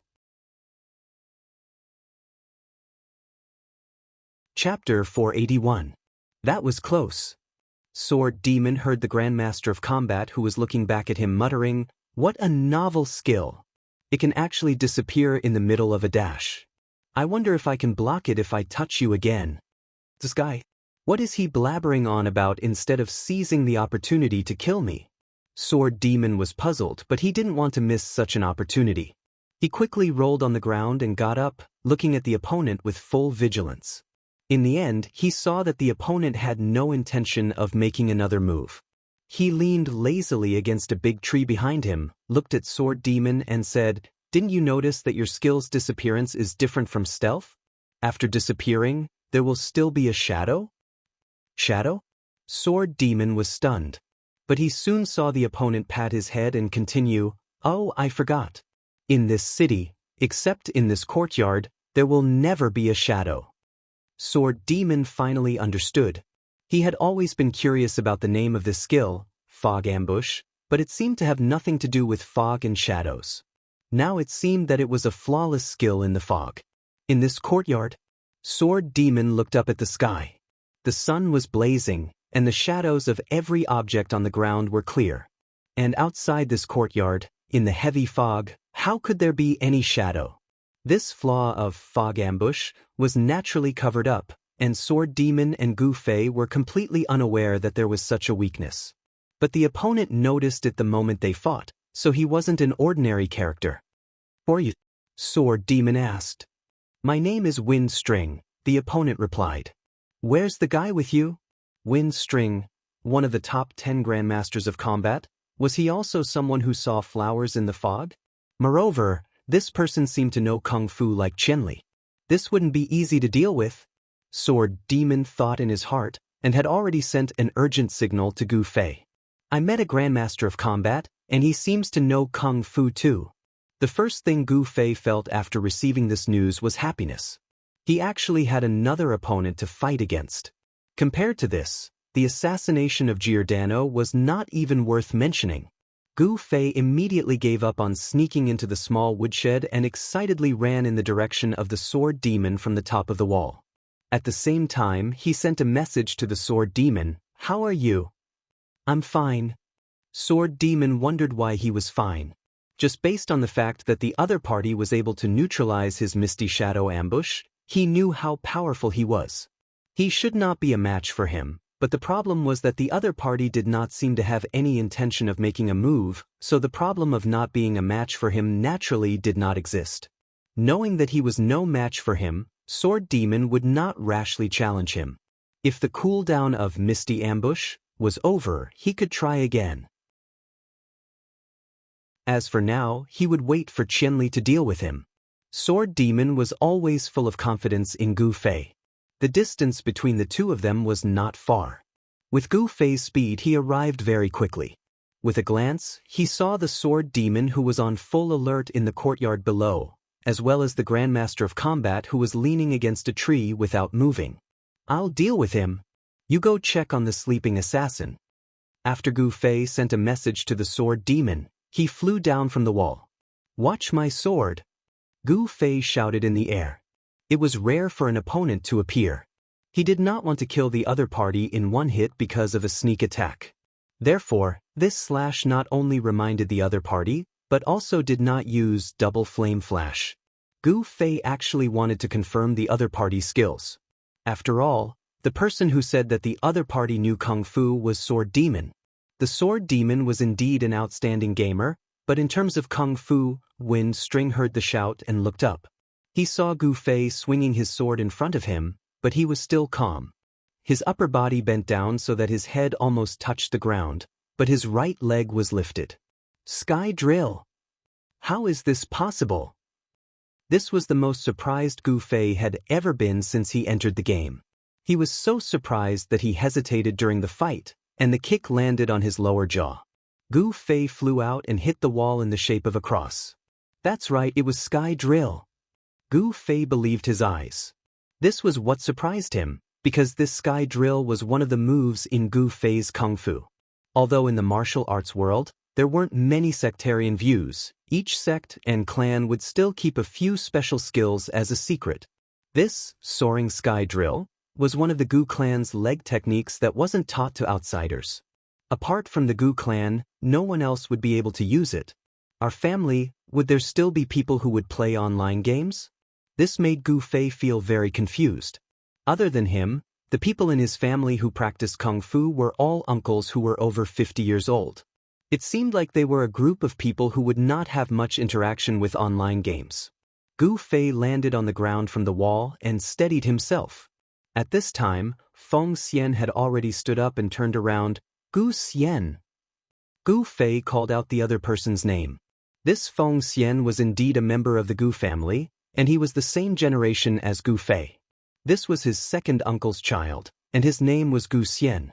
He was born in the same year and month as Gu Fei, but because he was born 4 days earlier, he became Gu Fei's cousin without any hesitation. This kid had shown his talent in Kung Fu earlier than Gu Fei, and he was even more outstanding. He was originally the person that the family had placed the most hope on. Unfortunately, no one was perfect. Compared to talent, this guy had a natural personality, which could be summed up in one word: laziness. There was no word that could describe Gu Xian so well. He was practically the spokesperson for this word. This guy was unbelievably lazy. If he could sit, he would never stand. If he could lie down, he would never sit. In order to not walk 200 meters, he was even willing to endure a day of hunger. To practice kung fu, one had to first train a strong body. This was an absolutely arduous and tiring process. It was simply an extravagant wish for a lazy person like him, who was tired from just taking a few steps, to engage in so many activities. It could be said that the elders in the family had exhausted all methods, but they were still unable to change this guy's laziness. They could only watch as this piece of unpolished jade became a piece of useless wood. They were all so angry that they beat their chests and stamped their feet. After more than 20 years, Gu Xian firmly occupied the first place in the list of useless wood in this generation of the Gu family. Gu Fei's other cousins, although none of them practiced martial arts, at least they had their own way of doing things in society. Only this guy had nothing to show for it. When the elders mentioned him, they would shake their heads and sigh. His father, who was also Gu Fei's second uncle, had been furious a long time ago and wanted to expel this useless person from the family. It was only after the other uncles dissuaded him that he gave up. Gu Fei had privately heard his uncles discuss that Gu Xian was no longer just in this generation of the Gu family. It was very likely that he was the most talented and most useless person in the history of the Gu family. How could this guy be so lazy? What on earth was he thinking? This was really a mystery in the history of the Gu family. The Gu family was well off, and they did not care about raising such a freeloader. And this guy was also well behaved. He would never do anything that would affect the mood of others. He became lazier and lazier, and finally reached a certain level. He was too lazy to even have some bad habits. He just quietly stayed at home all day. Speaking of this generation, the others had all gone out to study and pursue careers. Only he and Gu Fei, who practiced kung fu, stayed at home. The two of them were not strangers to each other.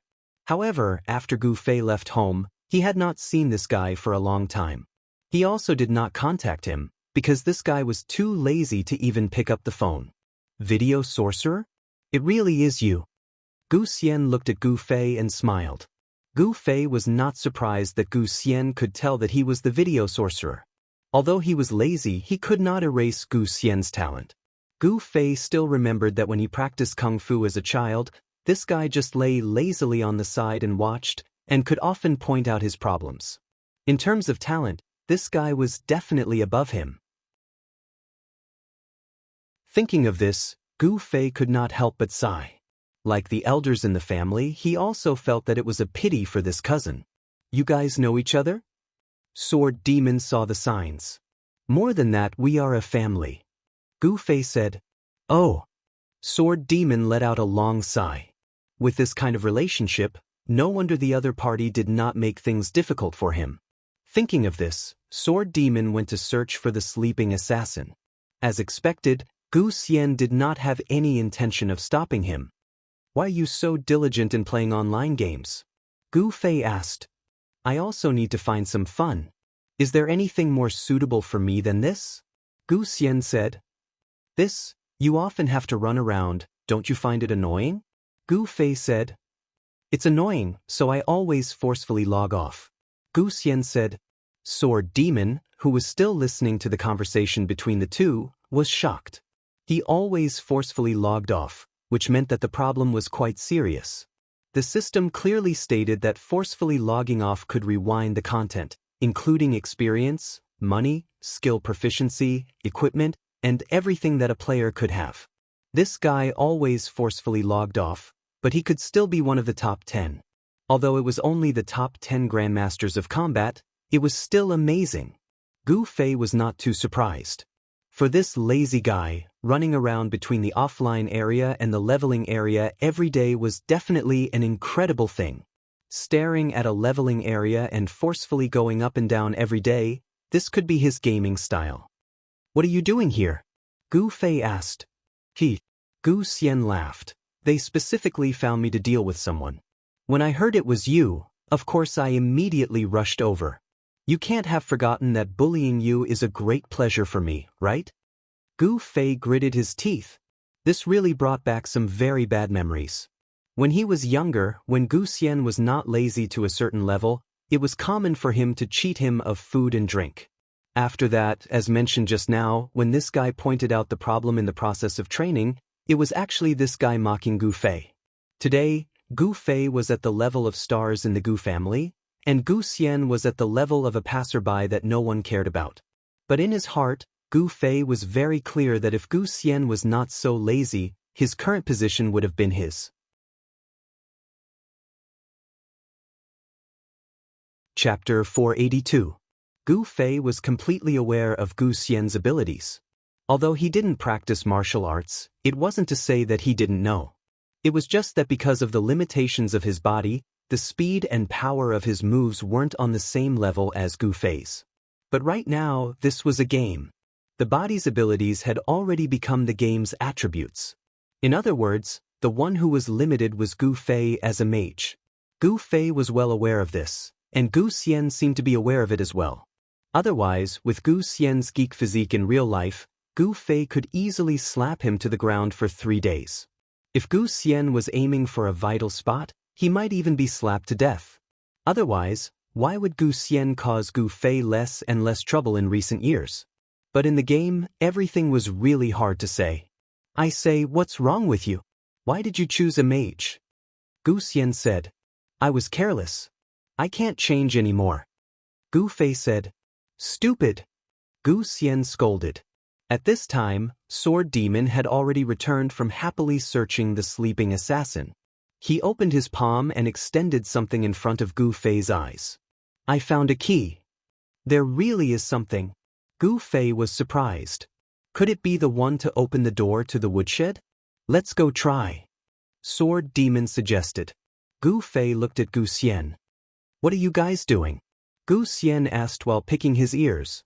A mission, go to the woodshed over there. Gu Fei pointed in that direction. So far, Gu Xian was shocked. Sword Demon was even more shocked than him. He was so shocked that his eyes almost fell to the ground. The woodshed was estimated to be about 100 meters away. From this guy's tone, it seemed like he wanted him to walk to the moon. Gu Fei knew he would do this and didn't say anything. Gu Xian moved a few steps in pain and said, let's see if you can pass me first. Gu Fei immediately focused and prepared to fight. Sword Demon didn't understand. After Gu Fei arrived, the two of them began to compare. Sword Spectre already knew why the Grandmaster of Combat looked so familiar to him. It was because the Grandmaster of Combat looked similar to Gu Fei. After that, Gu Fei also said that they were indeed a family. Kinship could naturally be seen as a stronger form of friendship. Sword Spectre had already categorized the Grandmaster of Combat as one of their own. Who would have thought that the Grandmaster of Combat would still want to fight them? Gu Fei did not seem surprised at all and immediately prepared for battle. Let's see if you've made any progress in these years. Gu Xian really looked like he was lecturing his little brother. He suddenly raised his fist and struck towards Gu Fei. Familiar, it was really too familiar. Gu Fei, who had studied the Gu family's martial arts for 20 years, was already familiar with every move of the family's martial arts. When Gu Xian swung his fist, of course, he would also use the Gu family's martial arts. How to parry, how to counterattack, and how to deal with the opponent, in an instant, for different paths appeared in Gu Fei's mind. It was like the repeated patterns in chess. Okay, let's see how good your martial arts will be in this game where you don't need to train your body. With this thought in mind, Gu Fei chose the path that would lead to the quickest chaos and the most complex changes. He waved his hand and slapped it. As a result, when Gu Xian saw Gu Fei's response, his fist immediately changed. Gu Fei saw that Gu Xian's change was to move towards a simpler path. As expected, he had already seen through Gu Fei's intentions. However, since it was called a change, it would never be a simple path. The path that Gu Xian chose still contained more complicated changes. How could Gu Fei not notice it? He instantly changed his move to lead the way. This time, it's too late even if you want to change. Gu Fei understood, but he did not expect Gu Xian to change his move at the same time as Gu Fei. Moreover, he used the same move as Gu Fei. Fuck! Gu Fei immediately realized that something was wrong. However, as he had expected, it was too late for him to change his move. The two identical moves collided. Hence, the weaker one lost. Gu Fei was forced to retreat a few steps before he could stand firm. Tisk tsk tsk. Gu Xian shook his head with a mocking expression. Too familiar. Gu Fei was enraged. He had only focused on familiarizing himself with martial arts moves, while Gu Xian had completely grasped Gu Fei's character. From the first punch, he had started scheming to lead Gu Fei into a situation where they had to use the same move. Gu Fei had completely ignored Gu Xian's character. With this guy's laziness, how could he be willing to play any complicated changes with Gu Fei?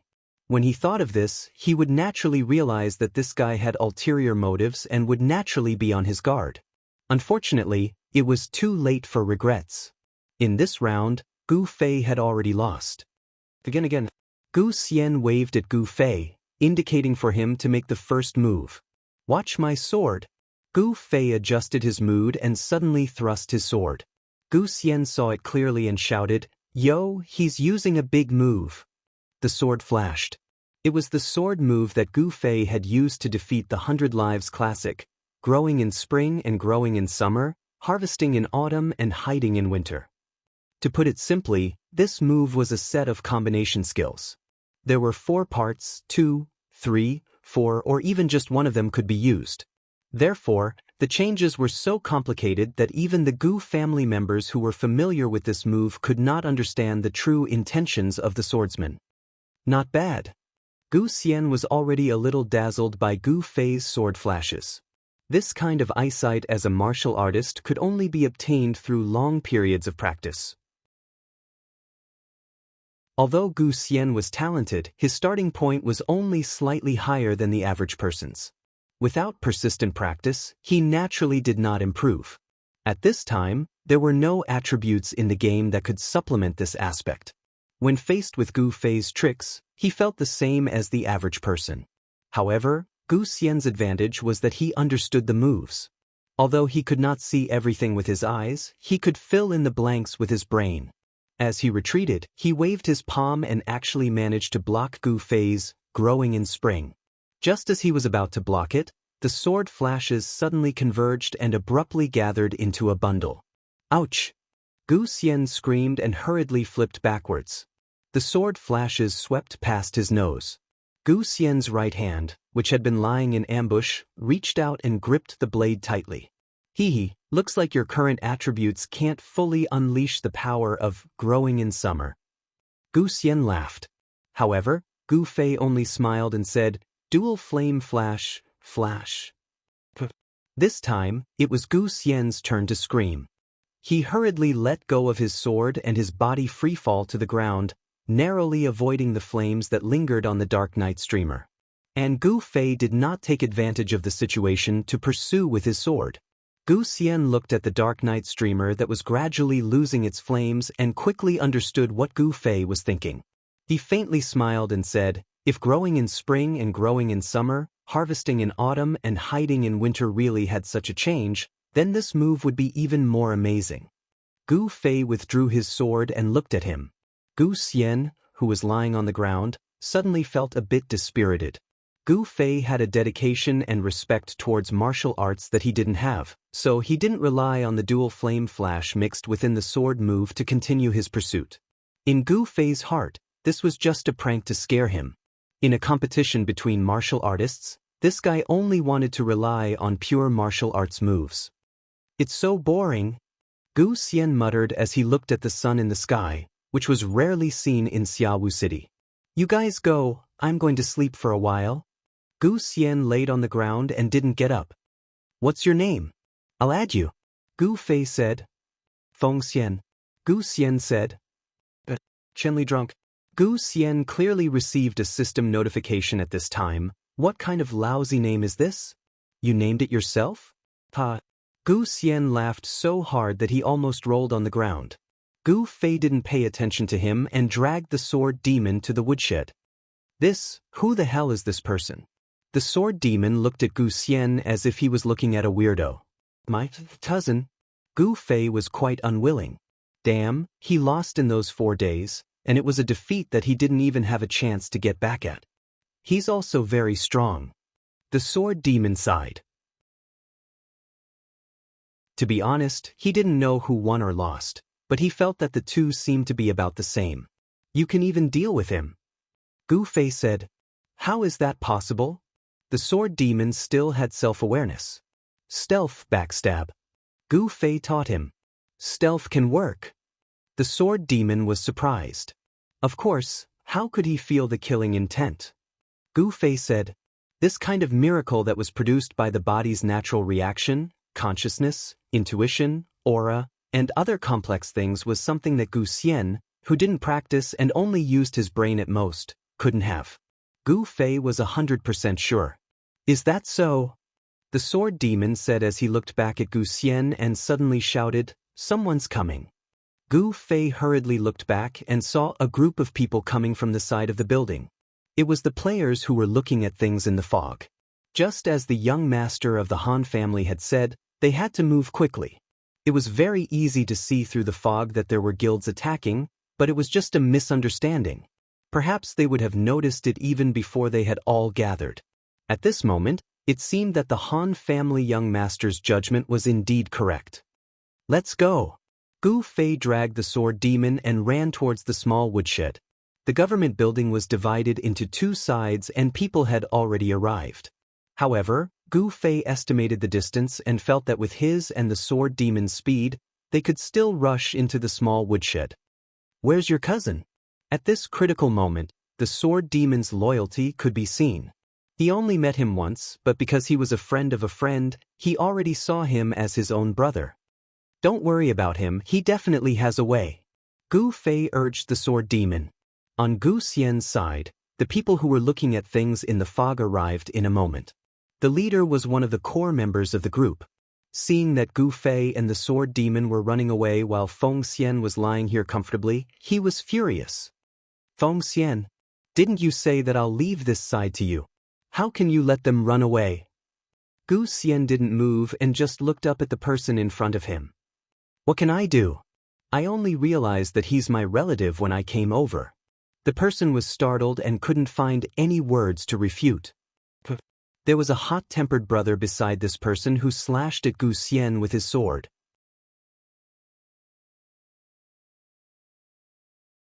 Chapter 483. The broadsword slashed down. Gu Xian saw that he would be killed if he continued to lie down, so he unwillingly got up. This move was much faster than what everyone expected. The guy who was stuck to the ground like mud suddenly bounced up like a spring, and in the blink of an eye, he was already in midair. The sword-wielding player was shocked. His sword was already under the opponent's body.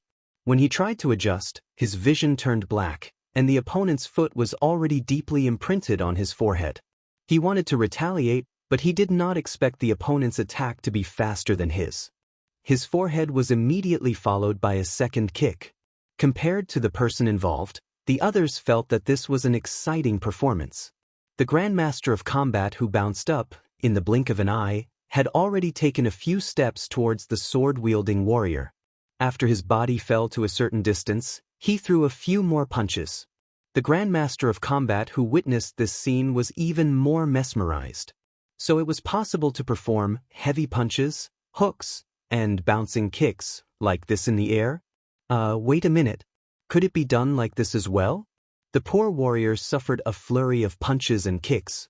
At the last moment before Gu Xian landed on the ground, Gu Xian grabbed both of his shoulders and easily pulled him down. Gu Xian used the momentum to stay in the air for a while the warrior was quickly and cleanly thrown to the ground. Is this a hugging throw? Is it a hugging throw? Amidst the discussion of the surrounding players, the warrior who was slammed painfully pointed his middle finger at his brothers who had forgotten about him and turned into a white light. Ah! Only then did the crowd realize that this was a battlefield and not an official Grandmaster of Combat battle demonstration. One of their companions had already been defeated by the opponent using a never-before-seen combo attack. At this time, Gu Xian landed slowly, and the crowd, who had just woken up from a dream, quickly surrounded him. So troublesome! Gu Xian looked up at the sun in the sky, a little reluctant to leave. Then he saw a flash of white light and he disappeared. Who did it? The core member of the guild who led the team was also considered an expert, but he did not realize who was killed and was very confused. Everyone was confused and looked at each other. I didn't do it, they said one after the other. Finally, someone reacted and pointed at the center of the arena. Could it be, could it be, could it be? Could it be what? Everyone looked at him. Did he forcefully log off? The person finally finished his sentence. The crowd was seething again. They finally realized that this expert had an incomparable temperament. Compared to forcefully logging out, isn't it better to die once? The core leader looked at his brothers with a puzzled expression. Everyone nodded. Compared to the unknown horror of forcefully logging off, losing a level was nothing. This was the consensus among the players. Moreover, the stronger the player, the less they would dare to forcefully log off. What if a rare skill was reloaded? What if an exquisite piece of equipment was reloaded?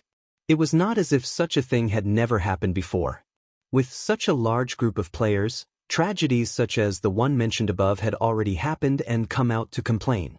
Therefore, everyone was even more careful. Every day, before playing the game, they would check to see if they owed electricity bills, paid their internet bill on time, and if there was a fire at home. Otherwise, if they were forced to log off due to these objective reasons, wouldn't it be a loss? But now, right in front of them, a member of the top 10 Grandmasters of Combat had forcefully logged off despite being surrounded. What kind of spirit was this? It's probably an accident. Everyone was discussing. They could not believe that someone had this kind of spirit. It should be. The core leader said maturely. Everyone wait. Everyone nodded. If it was an accident, then after eliminating the possibility, the opponent would definitely rush into the game to check on himself. In the end, after a few minutes, a few people looked at each other awkwardly. Maybe he won't come? Probably. Should we wait?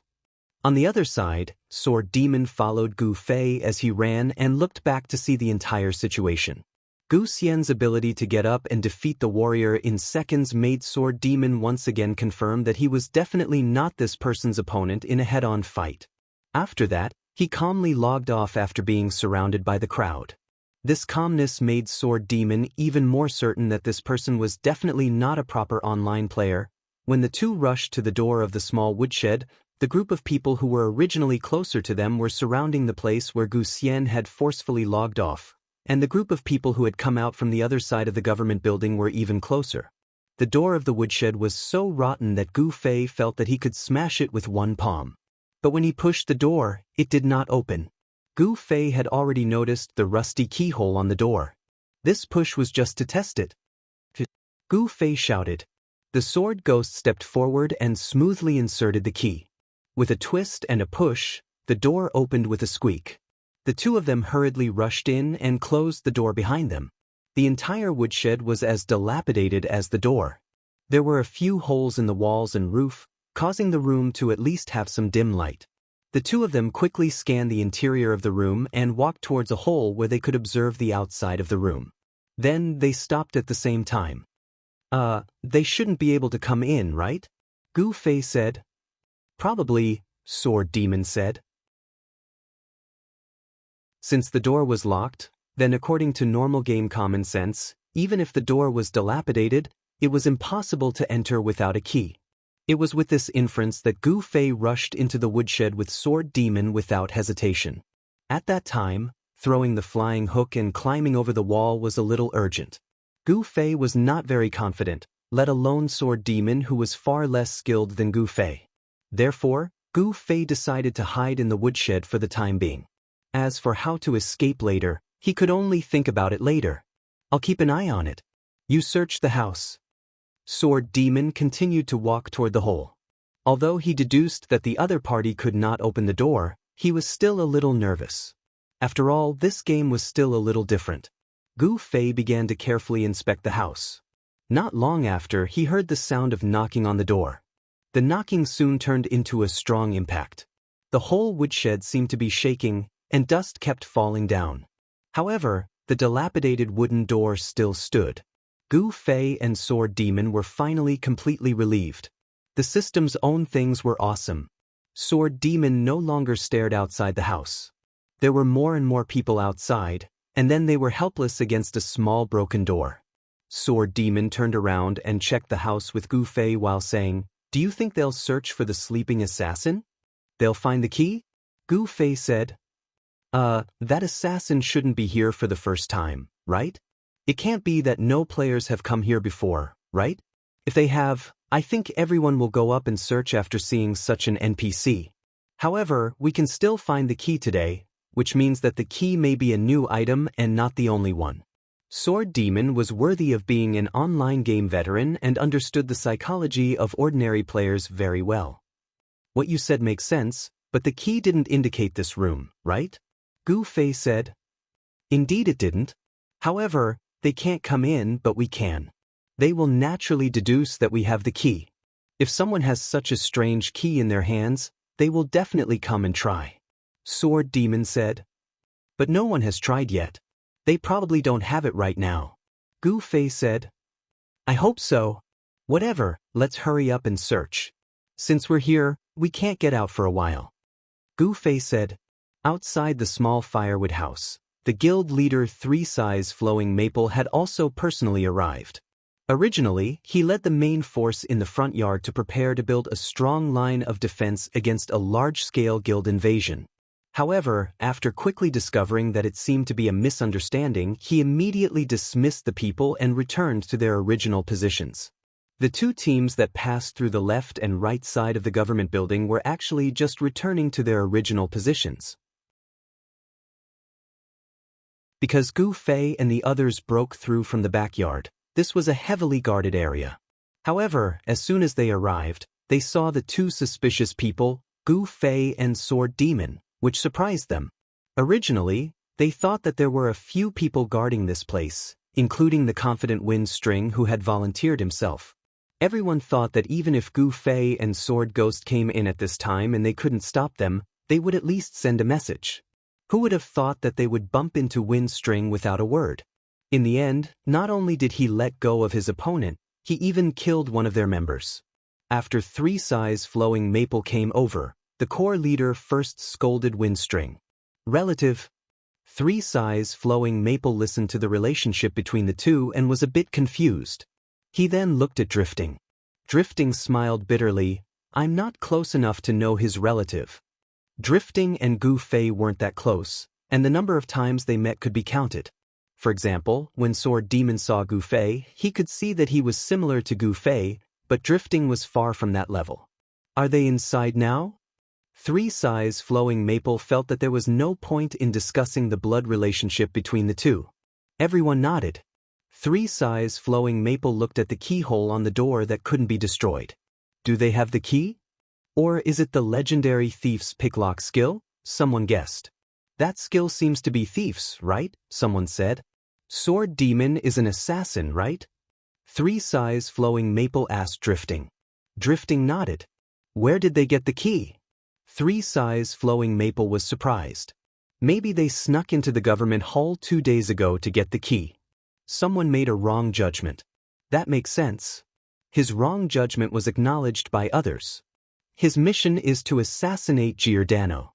Why is he in this small broken room? 3 Size Flowing Maple mumbled. He walked around the room and saw the hole.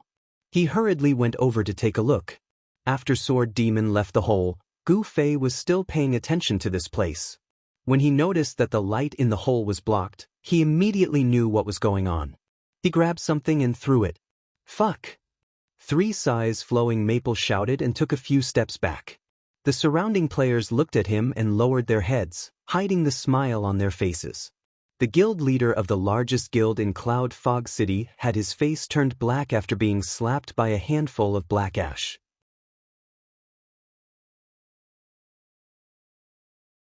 Chapter 484. 3 Size of Flowing Maple quickly wiped his face, but in the end, his black face was smeared with dirt. Everyone continued to hold back their laughter. Those who had more amazing endurance clenched their teeth and said, "Go wash up. Hurry up and think of a way. We definitely can't let them escape." Three sighs of flowing maple roared hysterically before hurrying off. Everyone looked at each other. In their eyes, their guild leader was always calm and collected. Who would have thought that such a small matter that didn't affect the overall situation would provoke his anger? The human heart was the hardest thing to understand. Three sighs of flowing maple temporarily left, and the group of people continued to study the hidden lock on the wooden door. After confirming that no one in the guild had the legendary unlocking skill, everyone began to discuss the problem of the key. With so many people in such a big guild, there were still some capable people. Someone quickly pointed out that when they arrived, Gu Fei and Sword Demon had left from a certain place, and Gu Xian was lying in a certain place. Coincidentally, there was an NPC assassin sleeping there. Was there a key? There was no need to guess if there was a key or not. That NPC was always sleeping there. They would know once they went to take a look. Immediately, a few people ran over there. Gu Fei, who had shaken off three sighs of flowing maple's dust, was peeking through the hole and noticed the situation. Their reaction is so fast. They seem to have already discovered that there's something wrong with that assassin. Sword Demon was also startled. Then what do we do? What else can we do? Pray that the key hasn't refreshed yet, so they'll just think that there's nothing strange there. Gu Fei said, "This quest seems quite complicated. I believe that the quest item won't refresh so quickly." Sword Demon replied. As the reality became more and more consistent with Gu Fei's analysis, Sword Demon already began to believe that this quest didn't appear on the list, but still existed. He was different from Gu Fei's indifference. After all, he was a veteran gamer, so he more or less cared. "And I hope so. Did you find anything?" Gu Fei said. "This is the only place left." Sword Demon looked ahead. The small firewood room had been searched. At this time, the Sword Demon was staring at the firewood piled high in the corner. Because it was a VR game, these things could all be moved. Searching this kind of place was actually quite tiring. It was not like before when you moved the mouse up and found that the shape had changed. Now you had to be a laborer. Everything outside the woodshed was as Gu Fei and Sword Demon had hoped. The players who touched the sleeping assassin did not find anything. They could only continue to rack their brains to do mental work. Meanwhile, Gu Fei and Sword Demon were sweating profusely as they did physical work. Finally, the Sword Demon, who had been working hard to move firewood without complaint, made a discovery and shouted excitedly, "Got it!" On the other side, Gu Fei quickly dropped what he was doing and came over. He found that there was a cellar under the pile of firewood that Sword Demon had moved away. The two quickly cleared the firewood on top and then were stunned. The cellar was a cellar, but it was a locked cellar. Sword Demon squatted down and pulled it. The lock was very strong. He wanted to take the key to the door of the firewood room to try, but the size didn't match. "Let's look," Gu Fei said as he rummaged through the pile of firewood. The other places had been carefully searched. If there was a key, it could only be in this pile of firewood. Unfortunately, luck had left them this time. The pile of firewood was thoroughly searched, but there was nothing to show for it. "How do we do this?" Gu Fei opened the diary and looked for clues in it. The sword ghoul was so tired that he was lying on the ground, breathing heavily. He looked at the ceiling and suddenly had a thought. Could it be that the two keys are also on the sleeping assassin, but these two keys respawned at different times, so the players picked them up and messed things up? That's why I can't get two keys at once. That's possible. Gu Fei nodded, then said, but in the near future, no one will come to this place except for players looking at it through the fog. If there really is a key, it's likely that it's in their hands. Unless the key's refresh time is many days, and it's picked up by someone else before they start their quest, oh no. The sword ghost suddenly shouted. It looks like we didn't discover anything during the search just now, but now that we've discovered something suspicious, we'll definitely be discussing it in the guild. With so many people in the guild, there's no doubt that someone has discovered this NPC. Moreover, the person who happened to find the key is probably rushing over right now with the key. That's not necessarily true. Gu Fei said, I've learned about the situation of this courtyard. Before the mission began, The only clear and transparent space in Xia Fog City was their largest trading market, but the backyard space was limited. Look at the flowers, grass, and trees. Although the environment is good, it is not a square, and it is far from the main entrance, so it has always been deserted. Even after the mission was occupied, there was no one guarding the backyard. It was not until I climbed over the wall in the backyard that people began to set up here. What you said can only guarantee that there will not be many people who have a chance to touch this key, but in the past few days, after all, there are people who are looking through the fog here. I promise you, if such an NPC is found, there will definitely be a lot of players who will come to find out. Sword Demon said. So, it is really possible for people who are looking through the fog to get this key? Gu Fei said. Very likely, and maybe they are already here, unless they happen to be offline at this moment. Wait, if they find this key, of course they will think about how to use it, and then this small woodshed with a lock is a pretty obvious target, right? Gu Fei said. Without waiting for Sword Demon to answer, Gu Fei had already begun to look at the small woodshed. Although the system has always been very shameless, isn't it a bit too much to hide a cellar so thoroughly under the pile of firewood? Sword Demon turned his head. There was no need to discuss the system's shamelessness. He understood the meaning of Gu Fei's words. You mean, when this guy touched the key, he also found that it was used to open this woodshed, and he also found this cellar. He suspected that there was something good inside, but unfortunately he couldn't open it and couldn't get it, so he used the firewood pile to hide it? Gu Fei nodded. That's why he buried it without leaving any clues. Yes. This is super possible. Sword Demon understood the psychology of all kinds of players very well. If this is the case, this guy will definitely not come out at this time. I think this person is so scheming, he will definitely come out at this time. Because the longer we stay inside, the more likely we are to find the cellar he hid. Moreover, he will worry that we are actually coming for this cellar, so he will be more eager to pull us out and clean us up, right? Gu Fei said. Then isn't his action a bit too slow? So it is very likely, as you said, that he is not online right now, Gu Fei said. Sword Demon was silent for 3 seconds and said, So after analyzing so much, what conclusion did we reach? We are safe for the time being, but we have to leave as soon as possible. Right now is the peak period for players online, and this person may come at any time, Gu Fei said. Leaving is a bit difficult. Sword Demon glanced out of the hole again and was surrounded. Come, let's clean up here first. Gu Fei pointed to the cellar. That guy is online and hears that someone entered the firewood room. He will definitely have doubts and come to take a look. If he finds that the cellar has been touched, he will probably strengthen some defensive measures, which is not good for us. If he finds that it has not been touched, the situation will remain the same, which should be better. Sword Demon said as he moved the firewood, What if he remembers the original shape he moved out? Gu Fei was speechless. If he is really that careful, then I am convinced. The two quickly piled up the firewood, hid the cellar, and clapped their hands. Right now, there was no hope of opening the cellar, and there was a danger that someone could open the door and enter at any time, so there was no time to waste here. It was necessary to leave as soon as possible. Both of them were very busy. Gu Fei observed the others' movements from the hole to see if there were any opportunities to take advantage of. Sword Demon was describing the situation to Han Family Young Master in detail to see if there could be any help from the outside. Won't they come out if they die?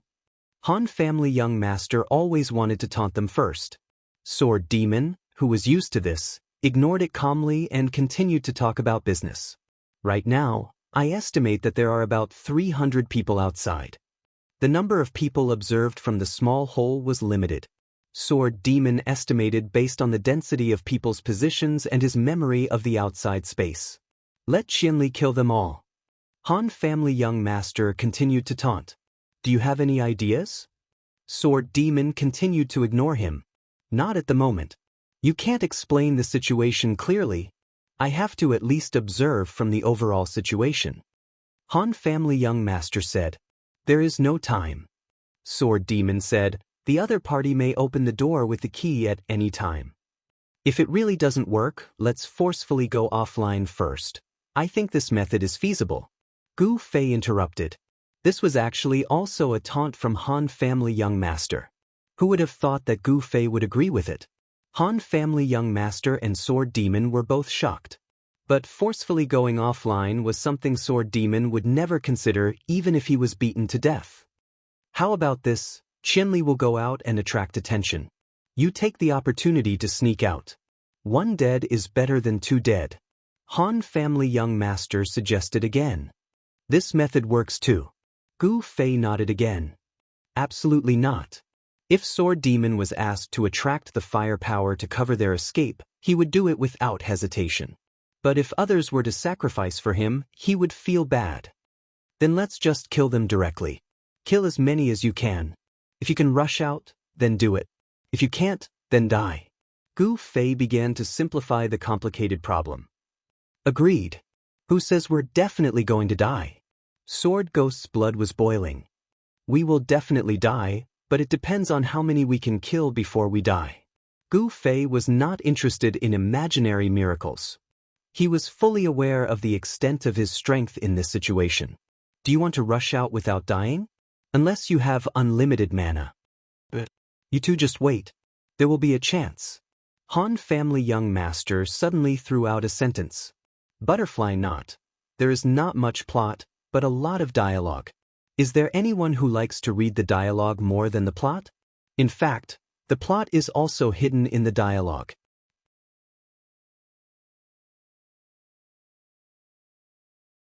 Chapter 485. Could it be another arrangement? Gu Fei and Sword Demon looked at each other and thought.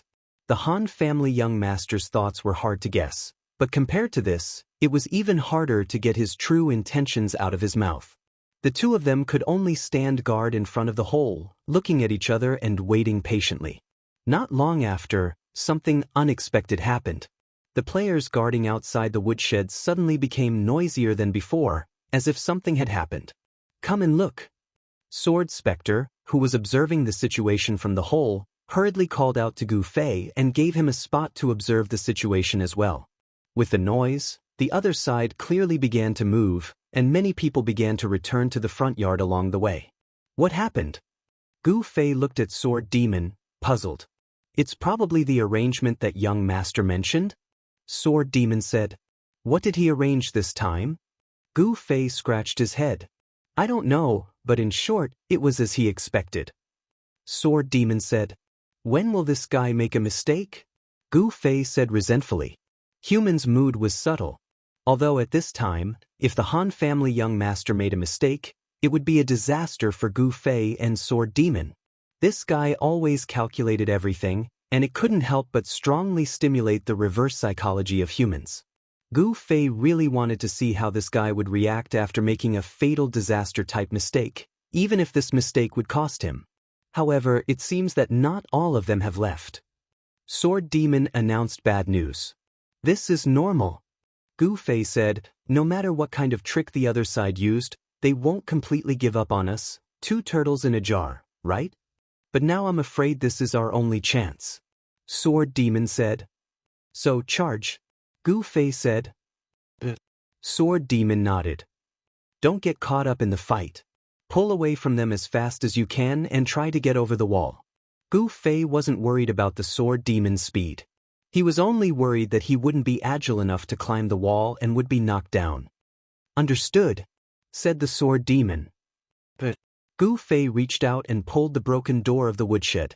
At this time, in the front yard of the government compound, or more accurately at the front yard gate, a real battle broke out. This time, it wasn't some fake harassment, but a genuine attack from a guild that didn't see eye to eye. Where there were people, there would be conflicts. A guild without disputes meant that it was an inconspicuous passerby guild. It was impossible for one of the top guilds in Xia Fog City to not have any enemies. This was something that Han family young master had already found out from Strange Eye. So this time, his strategy wasn't to spread out like in Waterside City, but to find a target and attack. The method was the same. Han family young master still sent a letter with 1 gold coin to the core members of these hostile guilds. If he just randomly said that there was a loophole in the government compound and that they were welcome to visit, the other party might ignore it as a prank. However, the tone of the Han family young master's letter was very different. It was like the tone of the group that had caused a ruckus 2 days ago. The content of the letter was even more unscrupulous, revealing his understanding of the operation that day, making it impossible for anyone to doubt his identity. Following that, there was only one theme: we are going to cause a ruckus soon. You are welcome to come and cause a ruckus together. The news that the government compound had been tormented by someone a few days ago had already spread throughout Shiyu City. The young master of the Han family believed that these fools must have felt regretful that they hadn't taken advantage of the situation that day. Since that day, they had strengthened their defenses. The more they saw it, the more regretful they felt. And now, this letter from the Han family young master was equivalent to giving them a pill of regret, giving them another chance. Of course, it was impossible for the guilds to attack so recklessly. They needed time to see if it was really as the letter said. Therefore, the Han family young master found extras like Strange Pupil, as well as the two main characters, Gu Fei and Sword Demon. The consequences of their actions would fall into the eyes of these guilds. There was only one truth that appeared in their eyes. Foggy Eyes was indeed being harassed again. Chance. The people who were the most unwilling to let go of an opportunity were often the people who had missed an opportunity before. Since the letter had been confirmed, there was nothing to hesitate about. They should seize the opportunity and do it. Therefore, the formal battle between guilds officially began. Foggy Eyes had just thought that the harassment from the guilds was a misunderstanding, but suddenly he realized that there were really guilds attacking, and they were all characters that were not on good terms with their own guilds. While he was surprised, he could not help but sigh. Why are these old opponents so smart today? Both real and fake. The guild leader of Foggy Eyes, 3 Sighs of Flowing Maple, was still washing his face. When he heard the news, he could not care less about cleanliness and rushed to the front yard. How could there be so many lines of dialogue when the two sides that had never been on good terms met? At this time, they had already become one. A large portion of Foggy Eyes' manpower had been placed in the broken woodshed in the backyard. The situation was extremely unfavorable, and it was necessary to send reinforcements as soon as possible. There was no need to think too much. Therefore, the defense of the woodshed in the backyard loosened just like that. How could the two sides that were fighting in the front yard know that in their desperate battle, some people were actually hiding such a small goal? The moment Gu Fei opened the door to the woodshed, he had already sent out a high-damage sword skill with double flame flash. As he expected, there was someone blocking the door. With such a sword skill, a small empty space was immediately cleared. Following that, Sword Demon valiantly rushed out, using the level-skipping skill, Misty Ambush. With high speed and strong impact, it was even more ferocious than the most terrifying skill, Charge, in a straight line. Once the skill was used, Sword Demon rushed out in a straight line, and in the blink of an eye, he was already out of the circle. The surrounding players turned their heads in shock, but what greeted them was fire. Gu Fei had already teleported behind Sword Demon, and at this time, he could act as a cover. The fire spread out, and there was another small empty space. Gu Fei then pointed at his feet. 1,000 layers of flames of the cinder tree, rise. He loudly chanted, "Dodge!" The two turned around and ran. Fuck, it's fake. The crowd that was startled by the 1,000 layers of flames of the cinder tree shouted and wanted to chase after them when they saw the fire. We've been told countless times that people who don't understand Gu Fei's magic will suffer greatly. Everyone had thought that the skills were fake, but as soon as they stepped onto this land, they suddenly discovered that it was already a land of fire. The flames were more intense than anything they had ever seen before. Characters with weak health could only become a speck of white light in the midst of the flames. On the other hand, Gu Fei and the Sword Ghost, who were known for their speed, were already running several meters away. Gu Fei pulled out 2 loops of rope and handed one to Sword Demon. "Hold it well." Sword Demon knew that they were pulling away to buy time to climb over the wall, and he clearly needed more time to climb over the wall, so he kept looking back at the distance. When it was about time, he nodded at Gu Fei. "It's done." "Okay." Gu Fei didn't hesitate. The two claws in his hands shot out one after the other, accurately grabbing onto the top of the wall. Go! Gu Fei yelled. He pulled the rope and flew into the air. Sword Demon wasn't as free and easy as him. He ran to the bottom of the wall, pulled the rope tight, and stepped on the wall. The two climbed up the wall, one in front and one behind. The enemies on the ground surged over like a tide. Gu Fei's climbing proficiency was far above Sword Demon's. He used all his strength, but when he reached the top of the wall, Sword Demon had only climbed a third of the way up. Seeing the enemies get closer and closer, Gu Fei looked at Sword Demon. He discovered that this kind of top expert in the game didn't have any weaknesses. For example, his mental fortitude was definitely strong enough. If it were the people who came with him the other day, they would have been frightened to the point where they didn't know what to do in the face of such a powerful enemy. If they were faced with such a scene, Gu Fei reckoned that they would have already fallen down from the trembling. Unlike the sword ghost, who was still so calm and composed, meticulously climbing up the wall. But calmness was calmness. The enemies were closing in, and it was also a fact that Sword Demon was a bit slow. Several archers had already drawn their bows and started shooting. Hold on! Gu Fei yelled, swinging his hands. Papa! 2 arrows suddenly fell to the ground.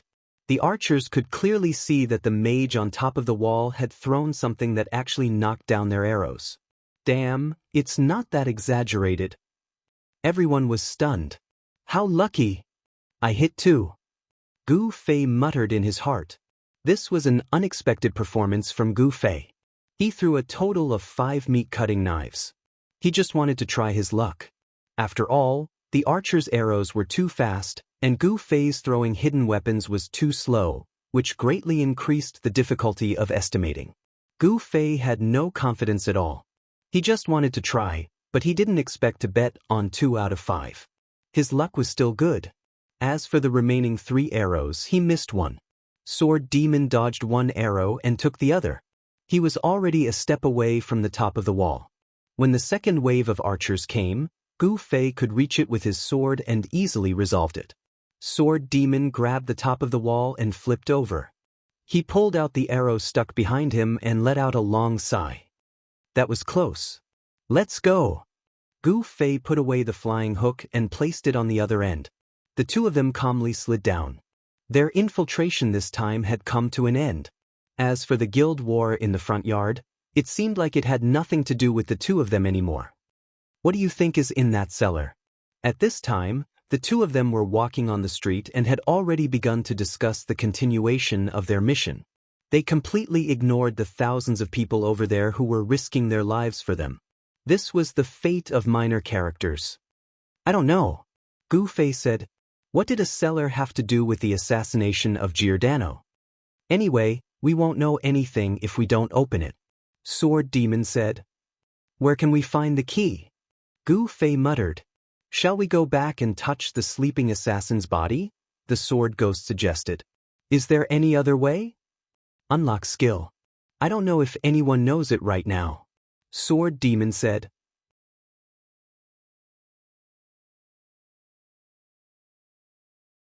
Chapter 486. Lockpicking skill? Gu Fei repeated Sword Demon's words. It's a common skill in online games that belongs to the thief class. It specializes in opening locks without keys. The higher the skill level, the more locks you can open. Sword Demon knew that Gu Fei was a noob, so he explained in detail. What about in this game?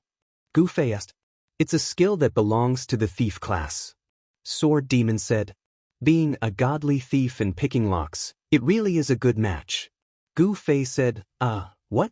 Gu Fei saw that Sword Demon had something to say. Currently, the skills outside of the skill tree are either from equipment or scrolls. I've seen the lockpicking skill scroll once, so it's obvious that it exists on the market. If that's the case, I think that Thin Waist Dance has a high chance of having this skill.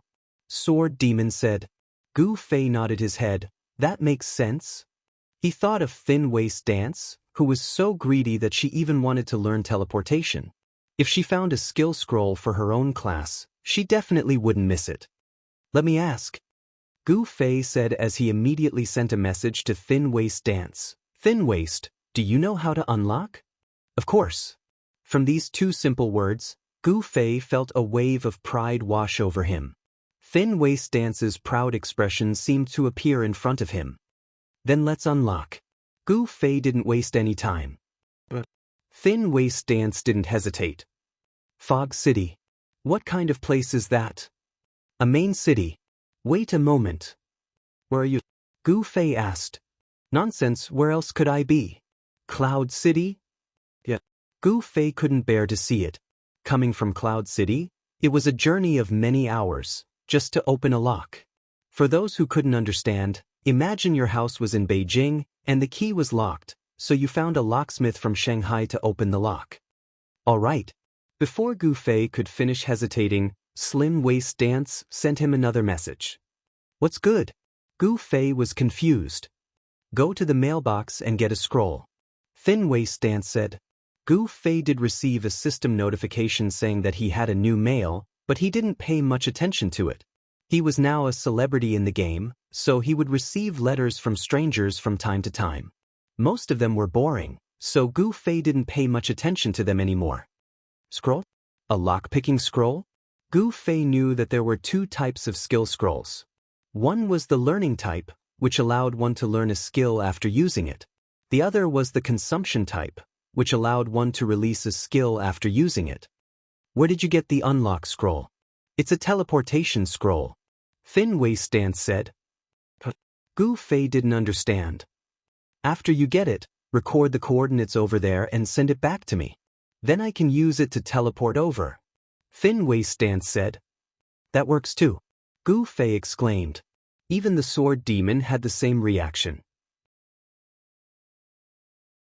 This time, it wasn't that the two of them were ignorant, it was because the teleportation scroll was too high-end. It was just like how commoners wouldn't have any thoughts or intentions towards private planes.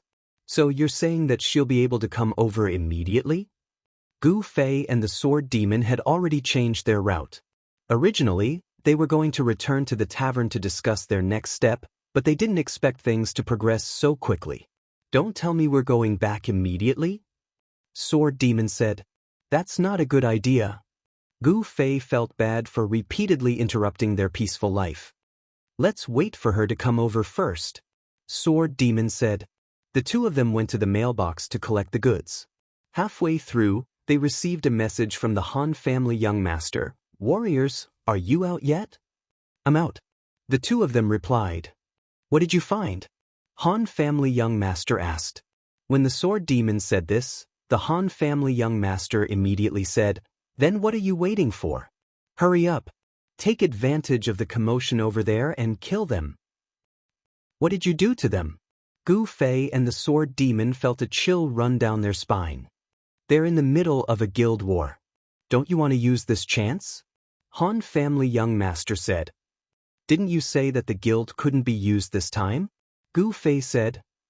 I'm too lazy to explain such complicated things to people with your IQ. Han family young master said. This kind of guild war won't end so quickly, but it won't last until tomorrow. So can you two please hurry up? Han family young master said.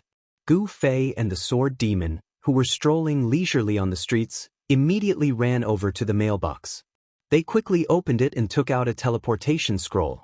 Although the two of them hadn't used it before with a veteran like Sword Demon, it only took him 3 seconds to figure out how to use it. Do you want to record it here or wait until we enter the woodshed? Sword Demon asked. Gu Fei looked at him in surprise. There's a mailbox in the woodshed? Oh right. Sword Demon was ashamed. Even a wise man would sometimes make a mistake. He quickly recorded the coordinates and sent it back. Hurry up. Gu Fei sent a message to Thin Waist Dance. What are you rushing me for? Thin Waist Dance replied. But as soon as the message was sent, at the coordinates that Sword Demon had just recorded, a white light suddenly shot out from the ground and instantly formed a formation. The light rose up and illuminated the surroundings. The figure of Thin Waist Dance in the center of the light gradually became clear. Hi! As the light of the formation faded, Thin Waist Dance had already stepped out and greeted the two people in front of her. Let's go open the lock. Gu Fei said to her. Why are you in such a hurry? Thin Waist Dance was very calm. She first looked around and said in surprise, What is this place? Gu Fei obviously knew what she was surprised about. This place is like that, it's very foggy. Let's go, we're in a hurry. Why are you in a hurry? Thin Waist Dance said. I'm about to go offline. Gu Fei said. It's not like you'll die if you're late, Thin Waist Dance scolded, but she had already quickened her pace with Gu Fei and Sword Demon. I say, why are you opening the lock? Don't you have a cause and result? Thin Waist Dance questioned on the way. So it was Gu Fei's turn to narrate. Why didn't you call me for such an interesting thing? Thin Waist Dance hit Gu Fei's head. For the top money warriors in the game, equipment, skills, and the like could be easily bought with money, but the faster they obtained them, the faster they would lose interest. If they wanted to maintain their interest in the game, they would need to find satisfaction in other aspects, especially things that couldn't be bought with money. Didn't I ask you to come out as soon as there's trouble? Gu Fei said. That's more like it. What do we do now? Thin Waist Dance asked. We just came out from there. It's very chaotic there, we should be able to sneak in again. Gu Fei said. Is it that courtyard you were talking about? Thin Waist Dance asked. Yes. Thin Waist Dance rarely joined in. Gu Fei and Sword Demon's high speed didn't drag them down, but instead made them drag them down. Along the way, Thin Waist Dance kept urging the two to hurry up, making Gu Fei not know whether to laugh or cry. Why are you running so far ahead? Do you know the way? The three quickly returned to the government compound's wall. Sword Demon purposely sneaked to the front door to take a look, then came back and said excitedly, It's quite a big fight. If we rush in now, no one will care about us. Go. Gu Fei swung his hand and threw a flying hook. Really? Gu Fei looked at Thin Waist Dance and saw her blank expression. He knew that he had to go through another lesson. Fortunately, Slender Waist Dancer wasn't a paper tiger that had only been armed with money and equipment. She had some real skills, so she was able to learn quickly. At the very least, she was better than the members of the Sky Nine. Finally, the three of them had successfully climbed over the wall. Looking into the courtyard, they sucked in a cold breath. The courtyard had already become a fiery battlefield. The three of them were people who had seen large-scale PvP battles before. However, the usual large-scale PvP battles were either in the vast wilderness or in the streets and alleys. At this moment, the limited space in the government compound was like a large arena. The sound of cursing, shouting, weapons clanging, and skills being used was louder and louder. The three of them didn't know which was which and couldn't tell which was better or worse. They could only say one word, so miserable. They didn't have time to look anymore. The three of them went around the wall to the backyard. Looking down, they complained endlessly. It turned out that the flames of war had already spread to this place, and it looked far more crowded and fiery than the front yard. Of course, Gu Fei and the others didn't know the inside story. At the beginning of the guild battle, they were attacking and defending at the front gate. Flowers in the fog took the initiative to defend, but the situation was slightly disadvantageous for them. Simply put, they were in the open while the enemy was in the dark. The front gate of the courtyard was the boundary between the inside and the outside of the courtyard. The enemy outside the courtyard could hide in the fog by taking a few steps back, but the people inside the courtyard could be clearly seen by the enemy. The specific situation was that when the enemy's frontline combatants were heavily injured, they would quickly retreat into the fog and be out of danger. On the other hand, when the enemy's frontline combatants wanted to retreat in this situation, they would be caught by the enemy's long-range attackers and suffer heavy losses.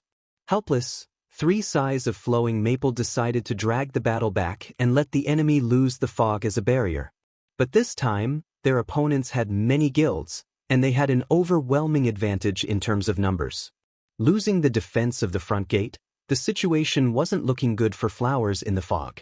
However, there was a big drawback to carrying out a large-scale PK battle in the front yard, and that was the rigid system NPC guards stubbornly interspersed. Some stood guard, some patrolled. No one knew what exactly happened in the courtyard for them to take action. With the interference of these guards, everyone was a little careful with their attacks. If they accidentally hit the guards, it would be a disaster. And some players with outstanding awareness even consciously lured their opponents' attacks to the guards, and the situation of the battle became extremely complicated. In this kind of situation, everyone subconsciously avoided the guards and fought in the space where there weren't any guards. Thus, as they swayed and swayed, they actually turned the backyard, which had almost no guards, into the main battlefield. Both sides wantonly attacked each other here.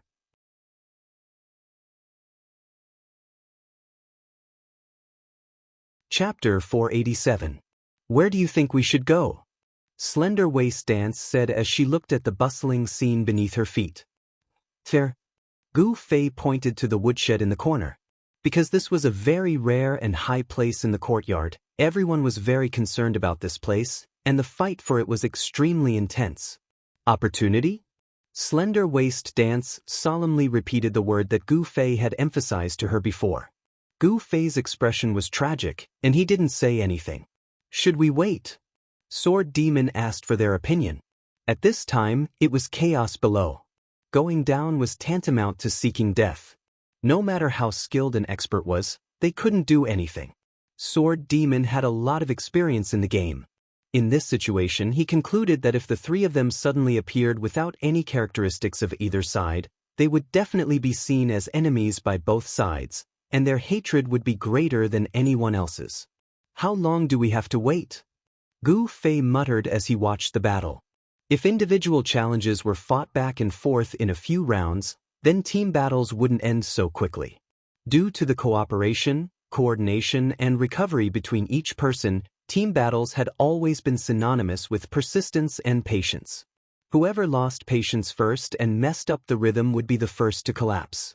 The situation at first glance seemed to be a mess, but as an organized attack and defense, as well as an organized retreat of the guards to this backyard, everything was carried out in an orderly manner. It wasn't as chaotic as it seemed at first glance. An old veteran like Sword Demon, of course, quickly saw through the trick. He shook his head and sighed. I'm afraid it won't be too soon. Gu Fei looked at the time, and before he could speak, Slender Waist Dance had already shouted at him. If you log off again, I'll push you down. I came all the way here to help you with the mission. Try logging off. When Gu Fei heard this, he agreed. He felt a little bad for running away when he had specially invited a helper over. Gu Fei had always been a person of principle, but frankly speaking, he had already loosened his principle of going offline at midnight during the Traversing the Four Seas expedition. Gu Fei had already gotten used to it. Now that he thought about it, he might as well loosen it once more. Hence, he gave up on the idea of going offline first. Let me see if there's a chance. Gu Fei began to observe the situation below. Although the people below were very focused, the three of them didn't dare to be too arrogant and attract too much attention. At this time, they were all lying on the wall, and each stretched their head out to look. However, Gu Fei really wasn't good at team battles. He couldn't figure out anything even after a long time. Meanwhile, Slim Waist Dancer was a classic example of individual heroism. She didn't know how to write the word team at all.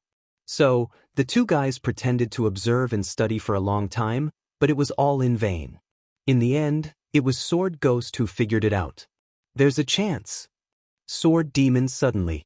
What's wrong? The two quickly looked at him. Sword Demon pointed in the direction of the woodshed. That small woodshed can be regarded as a geographical advantage. With such a high point, long-range professions and priests can be more efficient. It has an immeasurable impact on the battle in that area. Then where's our chance? Slender Waist Dance wasn't a slow person. Look, now that the fight for this woodshed is over, their mages, archers, and priests have already occupied the roof. They've already taken the initiative in that area. If the opponent doesn't respond, they can only watch as their side is gradually nibbled away in this area. So, they must strengthen their offensive in this area. Before thinking of a way to seize the high point, they must also maintain the balance of this battle. Sword Demon's analysis was clear and logical. Slender Waist Dance listened blankly and asked again, "Where do you think our chance is?" Sword Demon helplessly explained further, "When the battle is in a state of stalemate, if something unexpected happens to break the balance, the unprepared side will temporarily fall into chaos due to incompetence in command. We can take advantage of this moment." Slender Waist Dance had completely put on a broken expression. She looked at Gu Fei and said, "Is he speaking Chinese?" Gu Fei looked in the direction Sword Demon. Thinking, he nodded and said, "I understand what you mean. The high point of the woodshed is a very prominent advantage that side has. If it's destroyed in an instant, it'll be a very strong break of the balance, right?" Sword Demon. He nodded repeatedly. "They, who are suppressing the opponent with this advantage, will definitely collapse in an instant." Slender Waist Dance also understood his intentions and asked, "What about the other side?" "The side that has picked up the advantage won't collapse because they suddenly have the advantage, right?" Sword Demon. He smiled. "They won't, but they can't be more than happy that we're making a move. Do you think they'll think of making things difficult for us for a while? Even if they're looking at flowers through a fog." "You're right," Gu Fei responded. "Then let's make a move to break the balance. The position of the woodshed should be able to jump up." Sword Demon. He glanced at Slender Waist Dance. He didn't know if this girl had the courage to jump down from such a high place. "Well, that's easy." Slender Waist Dance was indeed not an ordinary woman. Not only did she not know about teamwork, but she also didn't seem to know how to write fear. "Will I fall to my death?" Gu Fei asked. "It's dangerous to land, but as long as I accurately jump to the roof, my HP will only be partially damaged and I won't fall to my death." Sword Demon.